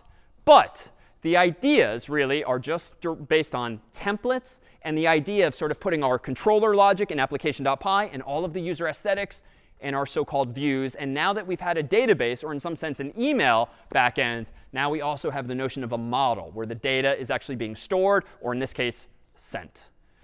Any questions or confusion or clarifications here on the use of SQLite or email or any of these froshims features? Seeing anything on your end, Brian? Nothing here. All right, so why is there a shopping cart with cookies on the stage? Well, for that, let's take our final 5-minute break. We'll come back, talk about something called sessions, and build even more sophisticated web apps. Back in 5.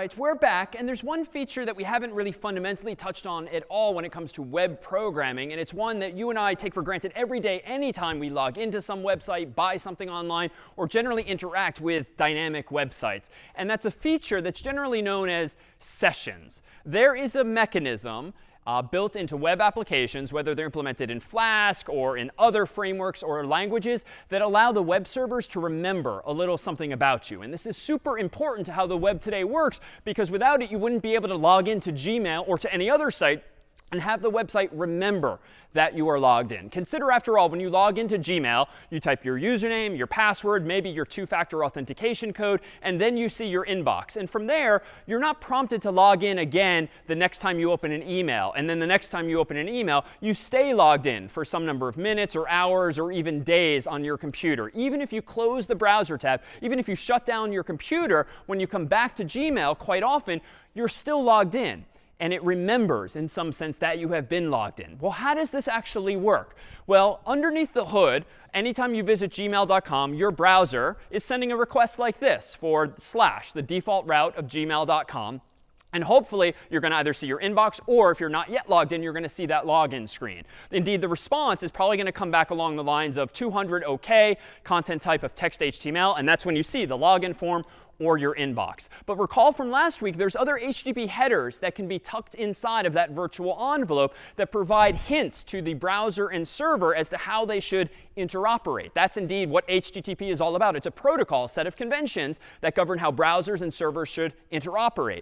And it turns out that sometimes this server returns what are called cookies. And odds are you've heard of cookies. Odds are you have some sense that cookies are bad or dangerous, but also necessary. And indeed, all of that is true. Cookies are essentially pieces of data or even files that are planted on your computer or your phone by a server that help them remember that you've been there before. In some sense, they help remember who you are. But even websites that you're not logging into very often put cookies onto your phone or your laptop or desktop, which essentially might be a big random number that only you are given, so that even if they don't know that it's Maggie who's visited the site, or Ryan or Nicole or someone else, they know that that unique identifier has been seen before, and they can therefore track your behavior. So if you've heard the term tracking cookies, that's all it is. It's some piece of data, a big random number that's been installed on your browser that your browser then remembers. And the mechanism is as simple as this. One of the HTTP headers that comes from server to browser literally is set-cookie : then the name of a cookie, for instance, session, and then value. And the value might be that big random number. And because of HTTP, again, it's a protocol that browsers and servers speak together, the browsers are designed to send that cookie back to every subsequent page you visit on gmail.com or whatever server you're on. In other words, when you visit gmail.com then an hour from now, even after closing your tabs, or even tomorrow after going to sleep, your browser is not only sending these headers. If you have been given a cookie from gmail.com before, your browser sends a similar header, but without the word set. It says cookie : session equals value. So unbeknownst to you, your browser is constantly reminding the server that you've been there before. And this is similar to the real world when you're perhaps in when you go into a club or a bar or an amusement park and you go through the gates, you typically are allowed back in by having your hand stamped. And this way, they don't have to check your tickets again or your ID or the like. They just stamp your hand, which is a little reminder that you have been there before. And so in fact, here, I've got a little stamp here. If I visit a website, it's like my hand is being stamped here. And my browser, by design of HTTP, is supposed to, every time I visit another page, click another link, represent my hand just like you're going back into the bar or the club or the amusement park, to remind the person at the door, the bouncer, that you've been there before and to let you through, rather than prompting you to log in again. So that's what a cookie is. It is like this virtual hand stamp that's put on your computer, but your computer is designed to present it again and again. So if you've ever wondered how sometimes you go shopping on one website and then all of a sudden creepily you're on Facebook or something else and you're seeing ads for the very thing you didn't buy on this other website, that all derives from cookies. Long story short, there's advertising companies that Facebook and Google and others partner with that put little images on the website or JavaScript files or other such files. And because those ads are on different websites, the cookies are shared across multiple websites in some sense. So it's like you are constantly presenting your hand stamp to all these different third-party companies. And this is how they're advertising to you or even tracking you at worst. As an aside, when you use incognito mode or private mode on your browser, all of your cookies are temporarily thrown away. You get an empty cookie jar, so to speak, so that you do appear to be logged out. And in fact, even in class, I've used incognito mode a few times because I want to start fresh and not have any of my prior clicks or our prior demos messing up future demos. But the reason I was doing that was just to get rid of all cookies and therefore all state. So on the one hand, cookies are an incredibly important and powerful mechanism, but suffice it to say, and more on this down the road, they can be misused, certainly when it comes to one's privacy or security. So with that said, let's focus on the good part of cookies and consider how a typical website remembers that you're logged in. Let's take that very simple idea and make it clear that it's all within your power now with code to do this. So let's start as follows. I've created a new directory called login just to demonstrate a program that logs people in.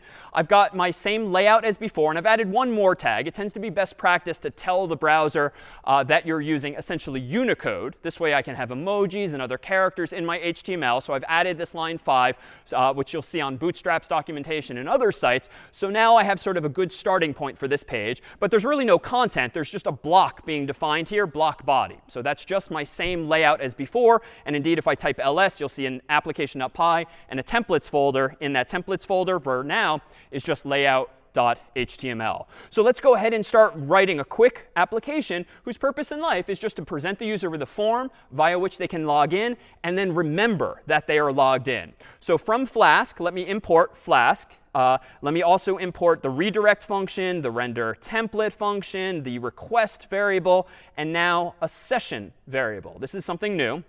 And then from Flask session, let me go ahead and import session. And then down here, let me do app gets Flask __ name. And now I need a few more lines of code from documentation. App.config,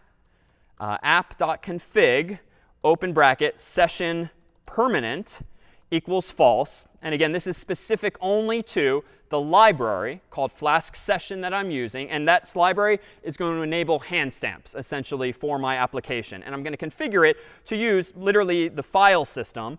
So session type equals file system. And file system is just fancy speak for the hard drive or my own IDE account. And this is an alternative to using a database or something else like that. And then session app. So this is just boilerplate. I literally copied these 3 lines from the documentation for this library.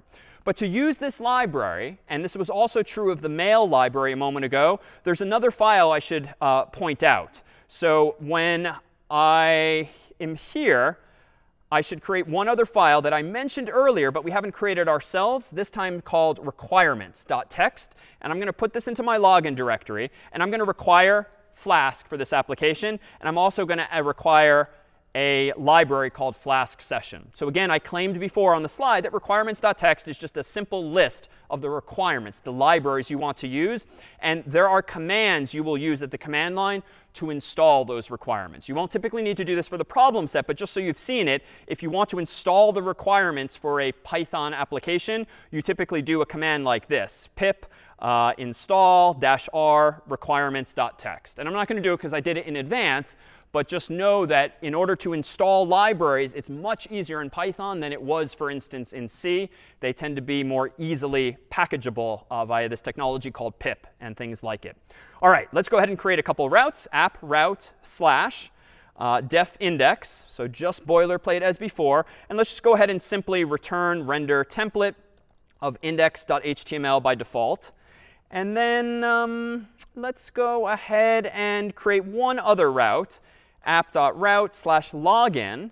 And in my login route, which will be governed by a login function, let me go ahead and return render template login. So let's keep it simple for the moment. And now let me go ahead and implement this form. So let me go ahead and create a file called login.html, whose purpose in life is just going to have my login form. And what I want in that login form is just a space for the user's name. In the real world, I would most certainly do something like a username and a password, but we're going to keep it simple, focus only on the essence of the idea, and do something like just the user's name. So in login.html, I'm going to extend layout.html as before. I'm going to have my block body. And I'm going to have my end block tag. And then inside of here, I'm going to have a form, the action for which will be /login, the method for which will be post. I'll do best practices here. I don't want my username and password in the real world being stored in people's autocomplete histories.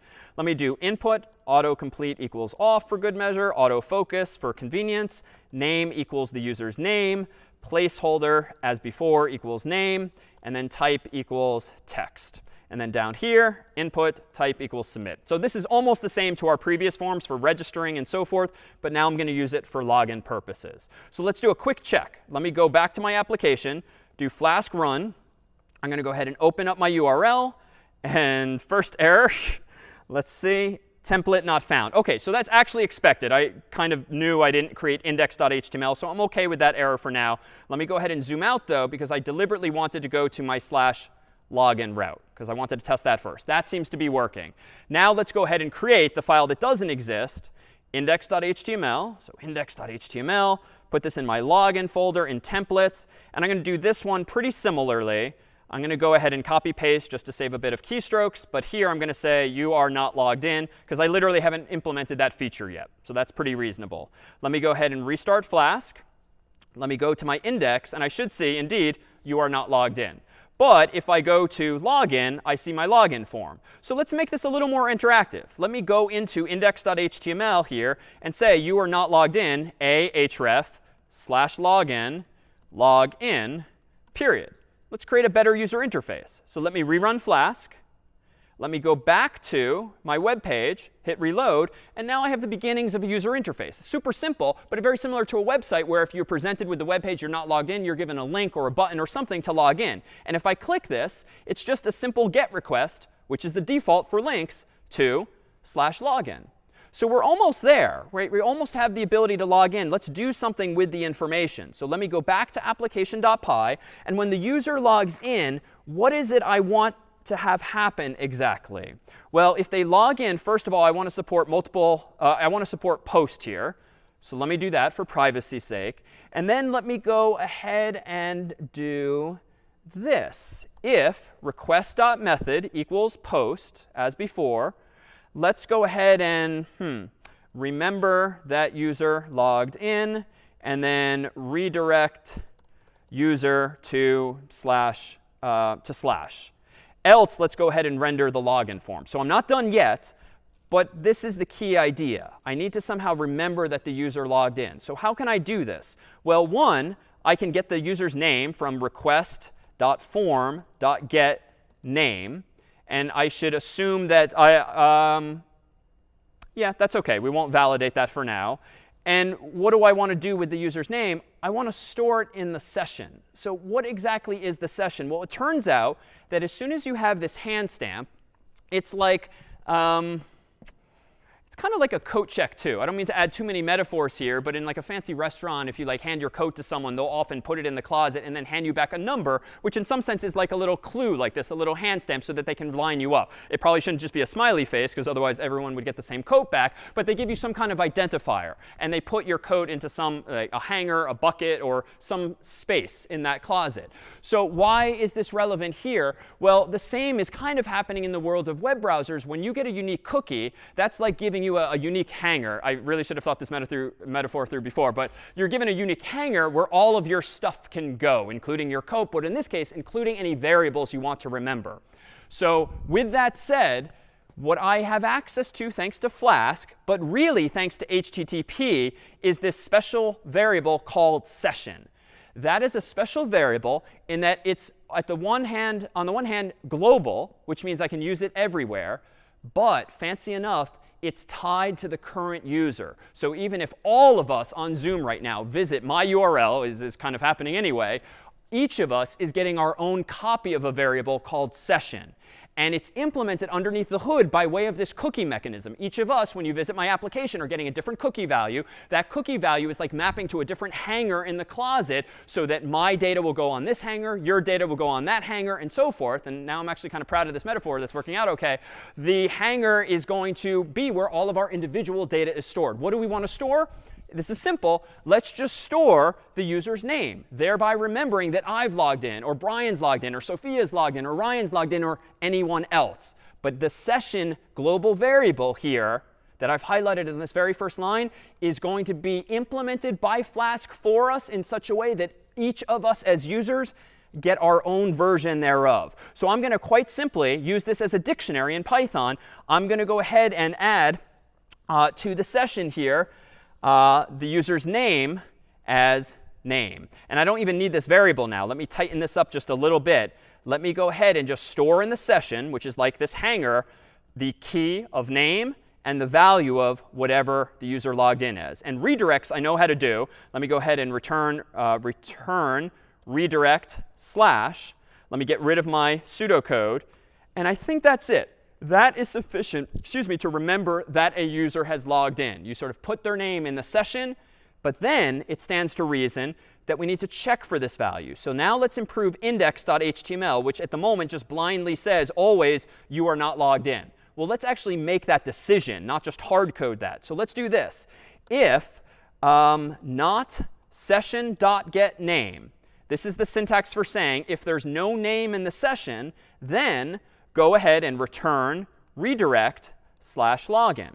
So if there's no name in the session, that means you haven't given me your name yet. Let me force you to by sending you to slash login. Otherwise, go ahead and render the template. All right, well, what more might I do now? Well, let me go into my index file here. And instead of just naively hard coding this, watch what I can now do. I can in here say, in Jinja syntax, not the curly braces, not the block syntax, not the for loop. You can also use if conditions. If session.name exists, then I can say something like you are logged in as session.name, period. Then I might have something like a href equals slash logout. Doesn't exist yet, but we can come back to that. Log out. Else, if there is no session name, then let's assume that the user is indeed not logged in. And then say you are not logged in, log in. So if I did this right, let me go ahead and stop the server here. Let me go ahead and rerun Flask run, reload my form. I still see, OK. Oh, wrong URL. Let me go to index. Oh, no, this is right.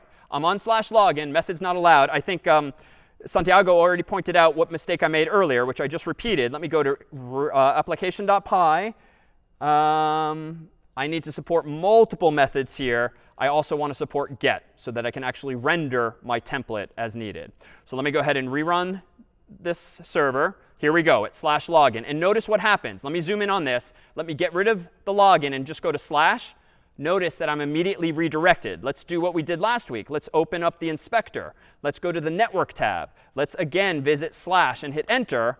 Voila, notice what happens. If I visit that request, zoom in on Chrome's network tab, scroll down to response headers, notice that we get a 302 found, which is a redirect code like 301. And the location is actually, if you look over here, slash login. So all the mechanics of HTTP are coming back into play. All right, let me go ahead and log in as David. Click submit. Amazing. You are logged in as David. Notice what's going on. I'm now at the slash route. This is true, so this does not apply. So I'm actually seeing index.html. And notice I accidentally clicked log out. Let's fix that. Let's give us our logout route. So here we go. app.route/logout, def logout. And then in here, I need to just forget that the user has logged in. And there's a few different ways to do this. Let me do it the simplest for now. Session name equals none. Let's just change whatever your name is or my name is to none. Then let's return redirect back to slash. All right, so let's see what happens now. Let me restart the server. Let me go back to my index page. Because I'm still logged in here, I'm going to go ahead and log out. OK, let me go ahead and log in as Brian, for instance. Submit. You are logged in as Brian. And notice I can reload. I can close the tab. I can reopen the tab. It's all being remembered thanks to my browser representing the cookie. And in fact, you can see that. Let me go to Inspect. Let me go to the Network tab. And let me reload this same page. Reload. Notice this response here. In 200, notice that if I scroll down here to the request headers, notice that my browser is requesting. Whoops, sorry. Notice that my browser is requesting /. But notice if I scroll down, down, down. Nope. There we go. Down, down, down. Notice, unbeknownst to me and unbeknownst to you perhaps all this time, my browser is also presenting the hand stamp and saying my cookie value is session equals 35456 ... Generally speaking, it's bad to tell other people your sessions because now you could all hijack my session by pretending to be me. But of course, this application doesn't do anything. But don't do this with accounts that you care about. No one should be seeing your cookie values. So we actually see the cookie there, and it came from the server the very first time I visited. All right. Any questions on that there?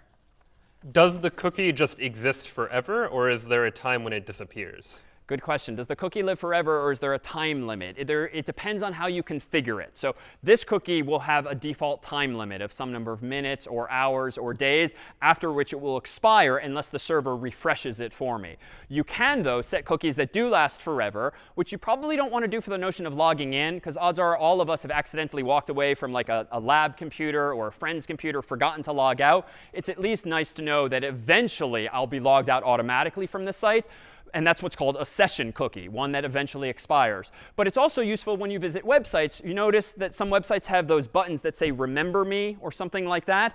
Well, you can actually set permanent cookies that don't just store some random value on your computer. They actually store some piece of information that gets pre-filled into forms subsequently. And this is useful to remember your preferred settings for a website. If you've customized something, if you're in night mode or day mode or something like that, it can remember those kinds of settings. And even CS50's website remembers what your selection was. When you log into some of CS50's websites, you'll sometimes see a login prompt for Harvard or Yale. And if you've never noticed, I regret this because we put a lot of effort into this, it remembers if you used Harvard last time or used Yale last time, so you don't have to constantly interact with the dropdown. It just remembers your implied preference. We do that using cookies. And so as an at-home exercise, if of interest, truly do start opening the browser's network tab, start looking at those headers, and you can begin to infer how all of today's websites work. And in fact, it's becoming increasingly a challenge to implement things with cookies because, long story short, a lot of the browser manufacturers are finally starting to disable what are called third-party cookies,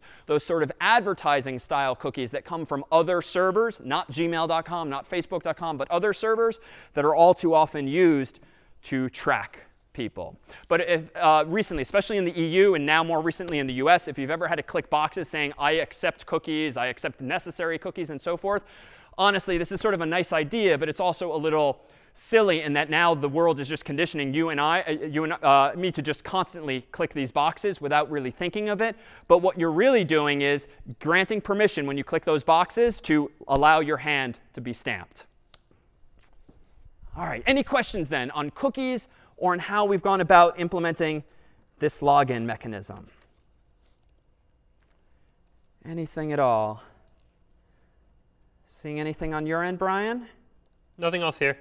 All right, well, let me go ahead and do this. Let me go ahead and get ready an example that we made in advance that will allow us to explore a full-fledged e-commerce site, a store of some sort. And we'll call this literally store. And this time, rather than write things from scratch, let me go ahead and open things in my browser from a directory called store. So this is available, as always, on the course's website. And let me go ahead here and into store. Let me go ahead and open up application.py, requirements.txt, and my templates, including layout, books, and cart. So this is a good exercise in honestly reading someone else's sizable amount of code. It's a few files.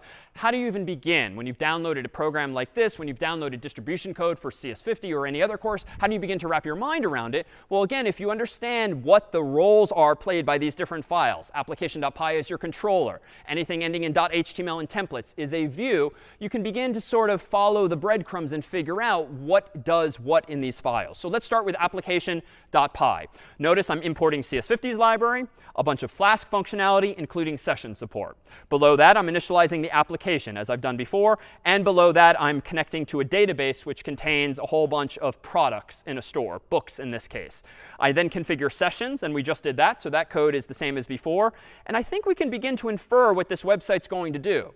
So my default slash route has an index function. And it looks like there's a table in that database called books. So I'm selecting star from books to get me all the books. And then it looks like I'm rendering a template called books.html, and I'm passing in those books. So let's follow the breadcrumbs here and go into books.html. It looks like books.html extends layout.html. All right, let's look at layout.html. Nothing really interesting going on there, just the boilerplate placeholder code that we've seen before. So I'm going to close that and assume that it's not interesting. Been there, done that. But books.html, if we continue further, is a little juicy. We've got my block body between lines 3 and 14. In there, I've got a h1 tag just saying books at the top of the page. And then I've got a for loop in my template, again using Jinja syntax, that has below that an h2 with apparently the title of a book. And then below that, a form. And I haven't seen all of these features before. Like, I'm not sure yet what hidden means. But notice that I do recognize a submit button that has a value of add to cart. So it sounds like we're implementing a shopping catalog for like an Amazon.com or some kind of bookstore online. All right. So now let's go back to application.py. And let's look in cart. It looks like cart supports both get and post. All right, so maybe I'm using the same route to handle two different things, and we've seen that before. The function's called cart, which makes sense. This thing, let's come back to this just to initialize our session. We'll come back to that. And it looks like there's not much more to this program. If get is the verb, let's focus on the bottom first. So let's ignore the if condition. What am I doing? Selecting star from books where the ID of the book is in this list of books. Well, where is this list of books coming from? Session, quote unquote, cart. So in the last example, I used the session to store your name and my name and everyone's name on a per user basis. Now I'm using it to store what we'll call a shopping cart. And indeed, this is the reason why there's a shopping cart, thanks to our friends at the theater on stage. This is how shopping carts are implemented on websites via cookies underneath the hood to give you the illusion of user-specific variables, dictionaries that you can store anything you want in there. So it looks like my session cart key is going to have a value equal to like the IDs of a whole bunch of books. I don't know how they're there yet, but let's assume that's what I'm interpreting. And then down here, I'm just rendering a template called cart.html, passing in the books from the database. So how do they get into the session? Well, if the user submits the form to the cart, I think this code is now relevant. If the user posts to /cart, it looks like I'm going to get the ID that they've typed in maybe. And if there is, in fact, an ID, and it's not none, it's not the default value of none, I'm going to go ahead and append to the cart the ID of that book. And then I'm going to redirect the user to cart. So I think that's enough complexity that I think it's time to look at what's actually going on. So let me go ahead and do exactly that. Let me scroll up and run Flask run. Let me go ahead and open my URL. OK, it's not the prettiest of website, but it looks like my database has like all 7 Harry Potter books in it. And notice that each of them has a button, add to cart, add to cart, add to cart. Let's look at the HTML source to see what my books.html template generated. Kind of interesting. So there's that h1 books at the top. Here's the first of my h2s with the title of the book. Notice that there's this funky symbol here because it's like a curly quote. So this is one of those HTML entities that lets you output symbols that you couldn't type easily on your keyboard. Here's my first form that I dynamically outputted. And I claimed earlier that I didn't know what hidden was, but it does what it says. It allows you to submit a piece of data in a form that is visually hidden from the user. It's not a text box that they can type into, but it is there. And what's cool about this is that notice I gave it a value of 1. But in this form, I gave that hidden field a value of 2. Down here, a value of 3. Well, why is that? Let me go into my IDE for just a moment. Let me run SQLite on my store.db.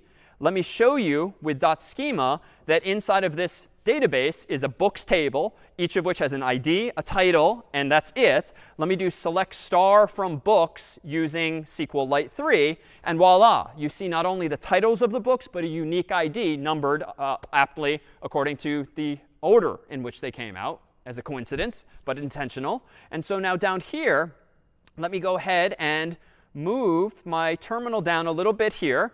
Let me go ahead and rerun Flask run. And if I now submit one of these forms, let's see what happens. Add to cart, the first book. Interesting. I've been redirected to /cart. And notice I have an ordered list, an OL tag, it would seem, with that first book. Let me go back to the catalog. Prisoner of Azkaban was pretty good. Let's add that to cart. Now I see this here. And notice this. If I reload, I don't know why I'm holding up my hand because I'm clearly using my other hand. But I'm reloading the page again and again. And it's showing me exactly what is in my cart. So where is this coming from? Well, if we go back to our code, this logic here under the post condition is adding the ID, book number 1, book number 3, to my session's cart key. Now, where did that cart key come from? This is the only other piece I proposed we come back to. I just need some way at the top of my code to initialize the cart. And long story short, there's not going to be a key called cart in the session unless you put it there. Like Flask doesn't come with name or cart. You have to put it there. So notice, if cart, quote unquote, is not yet in my session, I'm just initializing it to an empty Python list. And I could use a set. I could use a dictionary. I could use anything I want. I chose to keep it simple with a list. But that's how I'm remembering what's in my cart. And unlike all of our previous examples, because I see a bunch of you are now trying to add things to your own cart, each of us is seeing different shopping carts. We all have different things in our shopping cart. If I keep reloading, it doesn't matter how many of you are trying to add books to your cart. You're only adding them literally to your cart and not mine, because we all have different stamps on our hand. Questions about how now cookies implement this more general purpose notion of shopping carts? Anything on your end, Brian? Nothing here.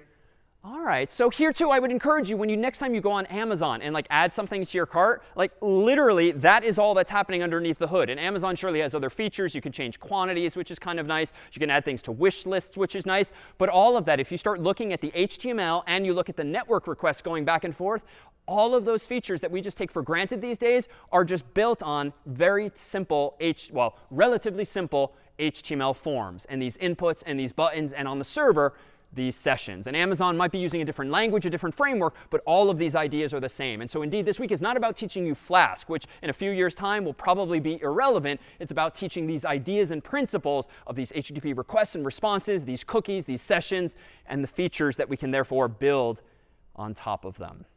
All right, I think we have time for one final example that will now bring back our old friend JavaScript from last week. Up until now, we have been using Python on the server to generate dynamically HTML. And even though my designs today have been hideous, you could certainly imagine adding CSS to them, some classes, some bootstrap, just to pretty things up, like the forms especially. But that's not anything new versus last week.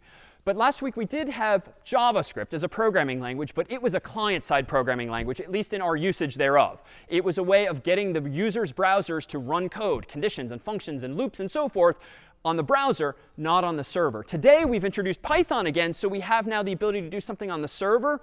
And where the web gets really interesting these days is when we marry the so-called front end that the user sees and the back end, which is the server. The front end is the user interface you and I interact with. The back end is the Python code, the SQL code that the humans never see, but you, the programmer, see. So what can we do to sort of combine these two components ultimately, front end and back end? Well, let's do something like this. Let's bring back our old database of shows. And let me go ahead and show you quickly what's in this folder here. In shows, we have SQLite 3 shows.db, a smaller version of what we played with a few weeks back. I've whittled this down just for size's sake to have only the names, only the IDs of TV shows and the titles of TV shows, and that's it. I threw away the ratings and the writers and the directors and all of that just to keep the focus only on the titles, because now we're going to start sending a lot of data back and forth over the internet using Python and JavaScript. Well, let me go ahead now and open up this example as made in advance, and this is in shows. And we'll see a few files here, application.py, requirements.txt, and my templates, which are index and layout and search. All right, so a bunch, but not more than we've really seen before. And let's go ahead and I kind of cheated earlier. I didn't look at requirements, but I might as well look at requirements for good measure. Here's just an example of what else might be in requirements.txt, CS50 library, and Flask. And again, those are pre-installed in the IDE, but we do this so that if you get adventurous and try running these things on your own Mac or PC, you have all of the configuration that you need. Well, let's start as before with applications.py. And let me go ahead and do this first. Let me run this thing first so we can actually see the app in motion, then understand how it works. So if I visit this, let me go ahead and type in Office. All right, nothing happens yet. Let me click Search. OK. I then see a big bulleted list of all shows that mention Office. So not the Office per se, but an office. And let me go ahead and zoom out here and look at the URLs. Let me go back here. Let me point out that we're at the slash route. Again, the slash is there. It's just Chrome is hiding it by default these days. And when I search for something like Office and hit Enter, notice that I end up at /search $Q equals Office. So I borrowed some inspiration from Google, right? I kind of cheated last week where I really only implemented the front end to Google, the HTML form, and then I let Google find me some cats and some dogs and so forth. But now with Python, you now have the ability to implement both sides of that application. So if I look at the source code here, notice that I seem to be returning a really big unordered list of list items that represent, again, all the titles of Office-related shows. All right, this is fine and good, but this is sort of like old school web programming, where you fill out a form, you hit enter, and boom. But these days, recall, most anytime you visit a website, lots is happening at once. You've got some autocomplete going on here. You've got chat messages hopping up here. You've got a map over here that's automatically moving, and the little car for Uber is moving around at the same time. Like the web of today, Web 2.0, if you will, which is not a technical term as much as it is a buzzword, refers to just increasingly dynamic web interactions between users and computers. And with JavaScript and with your own backend, be it Python or something else, you can now begin to build these more dynamic interfaces as well. Wouldn't it be cool if when I start typing O, F, F-I-C-E, we actually immediately saw the results? And we've seen this already. Last week, remember that I started searching for all words that start with A, and I used our really large dictionary from PSET 5, but that was 140,000 words, but just words. This database of titles is several megabytes large, and I don't necessarily want to send the entire database of movies to the browser, one, because of performance and size, and maybe two, intellectual property. I don't really want to send every user my entire database. You can imagine wanting to keep a little more control over the data you're providing, requiring users to log in or pay for your service or the like. So there's reasons where you might want the browser to talk to the server and only get the data the user is searching for, not the whole thing. So let's do that. Let's enhance this shows application in such a way that it actually does things more dynamically. But let's first understand how it works. So I have a couple of libraries here, CS50s and Flask. I'm configuring Flask here. I'm then configuring my database here. Down here, I just have a very simple route that renders index.html, which apparently, let's take a look, has that form. Very simple, very similar to last week, very similar to today, all of the forms we've done thus far. Here's that name equals Q, and everything else is pretty boilerplate. So let's get rid of that file now. The layout, also pretty boilerplate. It looks like things in the past. So let's close that one as well and go back to index application.py. So the juicy part seems to be the search route. And this was the piece we were missing last week when we used Google instead to find us some cats and some dogs. Here I have a route called /search, a function called search that will be called for that route. And here is kind of a nice amalgam of SQL and Python. I'm going to give myself a variable called shows, which is going to be the result of all of the rows that come back when I execute this. Select star from shows where title is like this placeholder question mark. Now, what am I going to plug in? Notice it's a little cryptic at first glance, but I seem to be taking the user's input, Q, from request.args.get. So that's using get, apparently, because of the word args. It's not form now. It's request.args. So I'm getting the user's Q value, which was office in my case. And just as a quick check, what's with the percent signs on the left and the right? Because we've seen a lot of percent signs today, but these are different. Perhaps in the chat, what do these percent signs represent in this context? Brian, you want to echo the consensus? Yeah, people are saying they're SQL placeholders. Yeah, so SQL wildcard placeholders. That means 0 or more characters to the left, 0 or more to the right. This is why I was getting matches with office at the beginning of the word, office at the end, and office in the middle. If I really wanted to be anal, I could get rid of the percent signs and require only a perfect match, but that's not my goal with this particular implementation. Once I get back all of these rows, I have here a line, return render template, search.html, passing in all of those shows. So the last thing to look at is search.html. It's pretty simple. And surely like an hour ago, this would have looked super cryptic. It frankly might very well still look cryptic. But once you start using this syntax yourself, you'll see that, oh, this is just a template that is allowing me to dynamically output an unordered list of li tags, each of which represents the title of a show that's been passed into this template. All right, so now then the final flourish. Let's go about enhancing this application so that there is no form to submit in the same way, but instead all of the logic actually happens between JavaScript and the back end. I'm going to go ahead and do this first. I'm going to go back to application.py here. And instead of this here, I'm going to go ahead and do the following. I'm going to go ahead and, instead of rendering a template, I'm going to use a new function called JSONify. It's kind of a funny name, and I have to import it up here. So let me import JSONify. It turns out that JSONify, or JSON, means JavaScript Object Notation. And we'll see what it looks like in a moment. But the world years ago standardized on a format for transmitting data between servers and browsers using a very lightweight text format, JSON, JavaScript Object Notation. JSONify is a Flask function that takes a Python list or a Python dictionary and converts it into JSON format. So we'll see this in just a moment. So notice that I'm now returning the JSONification of the shows variable, which recall is just the rows that came back from db.execute. So let's see this in action. I'm actually going to go to my, let me go ahead and restart the server because I've made some changes. Let me go ahead and now go to the server/search. !q equals office. So I'm going to manually visit this URL and hit enter. Notice what comes back.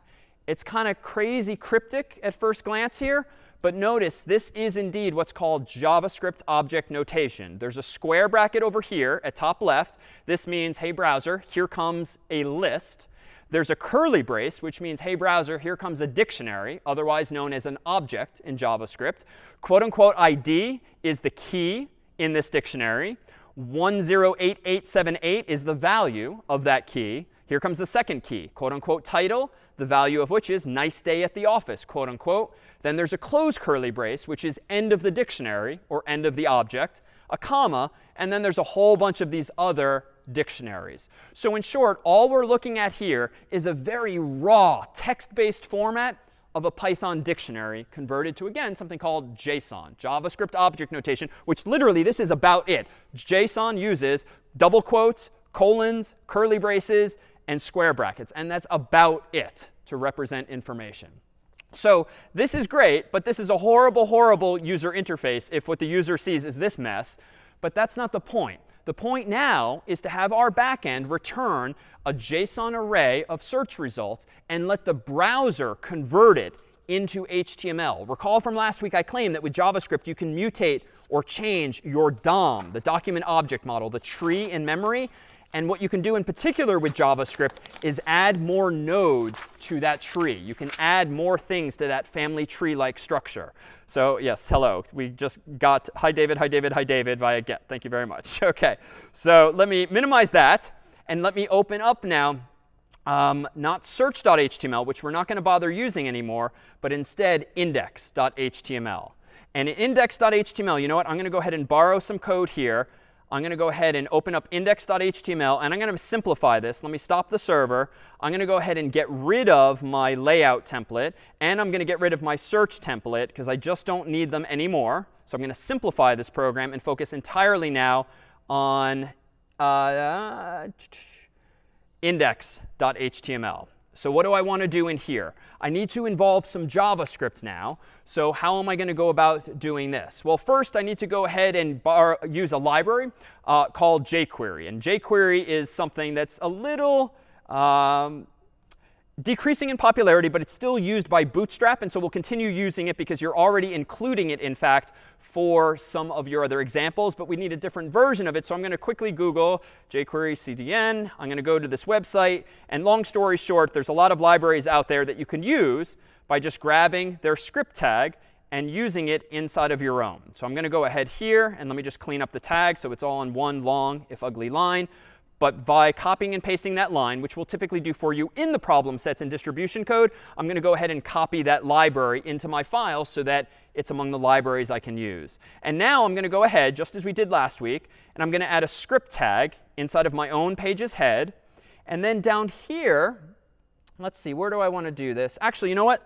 Let me go ahead and do this a little differently, just for consistency with what you'll see online. I'm going to go ahead and do this all in my body so we don't have to worry about things being out of order. We'll indeed keep it all inside of the page's body. And what I'm going to do is give myself this. In input, autocomplete equals quote unquote off, autofocus, and then I'm going to give it a placeholder of query, and then a type of text. So I'm going to have a very simple search box there, and I'm going to have an unordered list with nothing in it. And that's deliberate for now. Then I'm going to import this jQuery library. And then down here, inside of my own script tags, this is where I'm going to write the actual code. I'm going to do let input equals document.get. Let's do query selector, just like last week. And let me go ahead and select my input tag.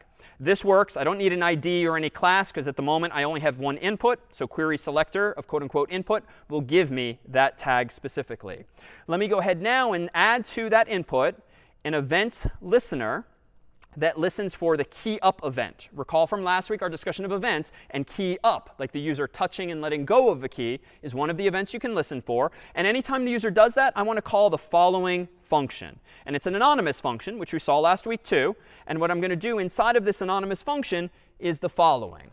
I'm going to call a new function, the only new JavaScript function today, called $_get. This is shorthand notation for jQuery.get. But I'm sorry, $.get is shorthand for jQuery.get. And I'm going to go ahead and get the following. I'm going to get a /search URL with a question mark followed by q equals. And then I'm going to go ahead and put input.value.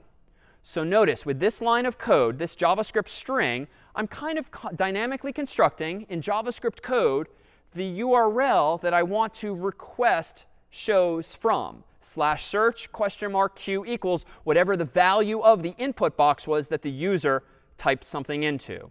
And the way this $.get function works is it supports what's called a callback. A callback is a function that will eventually be called when it has an answer for you. And this is important on the web. The internet can sometimes be slow. And you might want to write code that contacts another server, like I'm about to do now. And that server might be slow, or the internet connection might be slow. And it would be annoying if your entire browser froze while you waited and waited and waited for the server's response to come back. It's a lot nicer if you can say, when you have the data, call me back, so to speak, sort of metaphorically on the phone. Call me back by calling this function. So what function do I want it to call? I want it to call this anonymous function that's going to take as input an argument called shows, but I could call that anything I want. And I'm going to do this. I'm going to create an HTML string that's initially nothing, quote unquote. I'm then going to do this, a for loop in JavaScript, letting a variable called ID equal to whatever ID is in the shows that just came back to me. And now, inside of this for loop, let me go ahead and inside of this for loop, create a title that's equal to shows, which is again the data that came back on the came back via that callback, so to speak. Shows.id.title and semicolon. Then I'm going to do HTML plus equals quote unquote list item plus title plus quote unquote close list item. Then down here, lastly, I'm going to do document.query selector quote unquote ul dot inner HTML gets HTML. All right, this is definitely the craziest thing we've done thus far today, and it's tying together so many different ideas, not to mention new syntax. So of all the examples, don't worry too much if this is just a lot at once. The goal really now is not to introduce you to this syntax so that you can repeat it tomorrow, but rather the idea of what we're doing. So what are we doing? We have a simple web page with a text input. We've got a simple web page with an unordered list that's currently empty. Below that, we're including this third-party JavaScript library called jQuery, which Bootstrap also happens to use for some of its graphical components. Then I have my own JavaScript code that first declares a variable that gives me access to the input tag on my own web page a few lines above. I'm then using this fancy function, $get, to do what's called an Ajax call. Ajax refers to the ability for a web page to make additional HTTP requests programmatically to a server.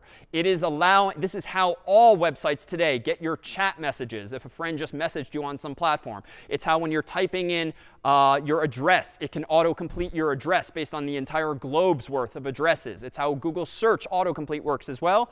$.get is a function built into jQuery that's using some standard JavaScript functionality that's going to allow me to visit the URL that ends with /search $q equals whatever the human typed in. And when the response is ready, this anonymous function is going to get called back, and it's going to be handed an input, an argument called shows that is going to equal this stuff. This is what my JavaScript function is going to receive as its shows argument. And notice it's a list or an array, inside of which is a list of dictionaries or objects with two keys, ID and title. This, let me stipulate, happens to be the syntax in JavaScript for iterating over such a data structure. And this happens to be the syntax in JavaScript for allowing me to create one line after another li, appending it using concatenation to this variable called HTML. And this very last line of code says to the browser, go select me that UL and plug into its inner HTML, the contents of it, the value of my variable. And now, crossing my fingers, I did not screw up syntactically. Let me go ahead and do Flask run. I still need to run Flask because I do have a backend here. Let me go back to my browser and reload the /route. Let me go ahead now and type in damn it. Let me go ahead and inspect the browser. Let me look at my console. That's OK. Let me go ahead and look at network. Let me type in F. Let me look at this. Nothing's coming back. Office. Shows. Why is it nothing coming? Oh, wait. It was just slow. Oh, all right. We'll cut out the last few seconds. So notice everything I've typed thus far, or everything I'm seeing thus far, matches the word off. And if I continue this, office, and let it search and let the internet do its thing, now, indeed, it's been whittled down to a list of office matches. And notice again, if I go to the Inspect tab, and then lastly, I go to Network, and let me just delete the E just so we trigger it again. Notice that that disappeared. Let me do the E again here. And come on. My browser's not being slow. Oh, come on. Let me go ahead and open the network tab under Inspect. Let me go ahead and type in Office. Notice here that every keystroke I typed triggered O-F-F-I-C-E to be executed, triggered an Ajax call. That is an HTTP call to the server. And notice that if I click on the last one there, scroll down, I will see not only my request and my response, but if I click on the response, I'll indeed see this big JSON array of all of the data. And it's actually rather fortuitous that it was slow, because we were going to end with one demo. For instance, if I was curious to know, being indoors all day, what the weather is like, I might maybe call Brian up on this here telephone.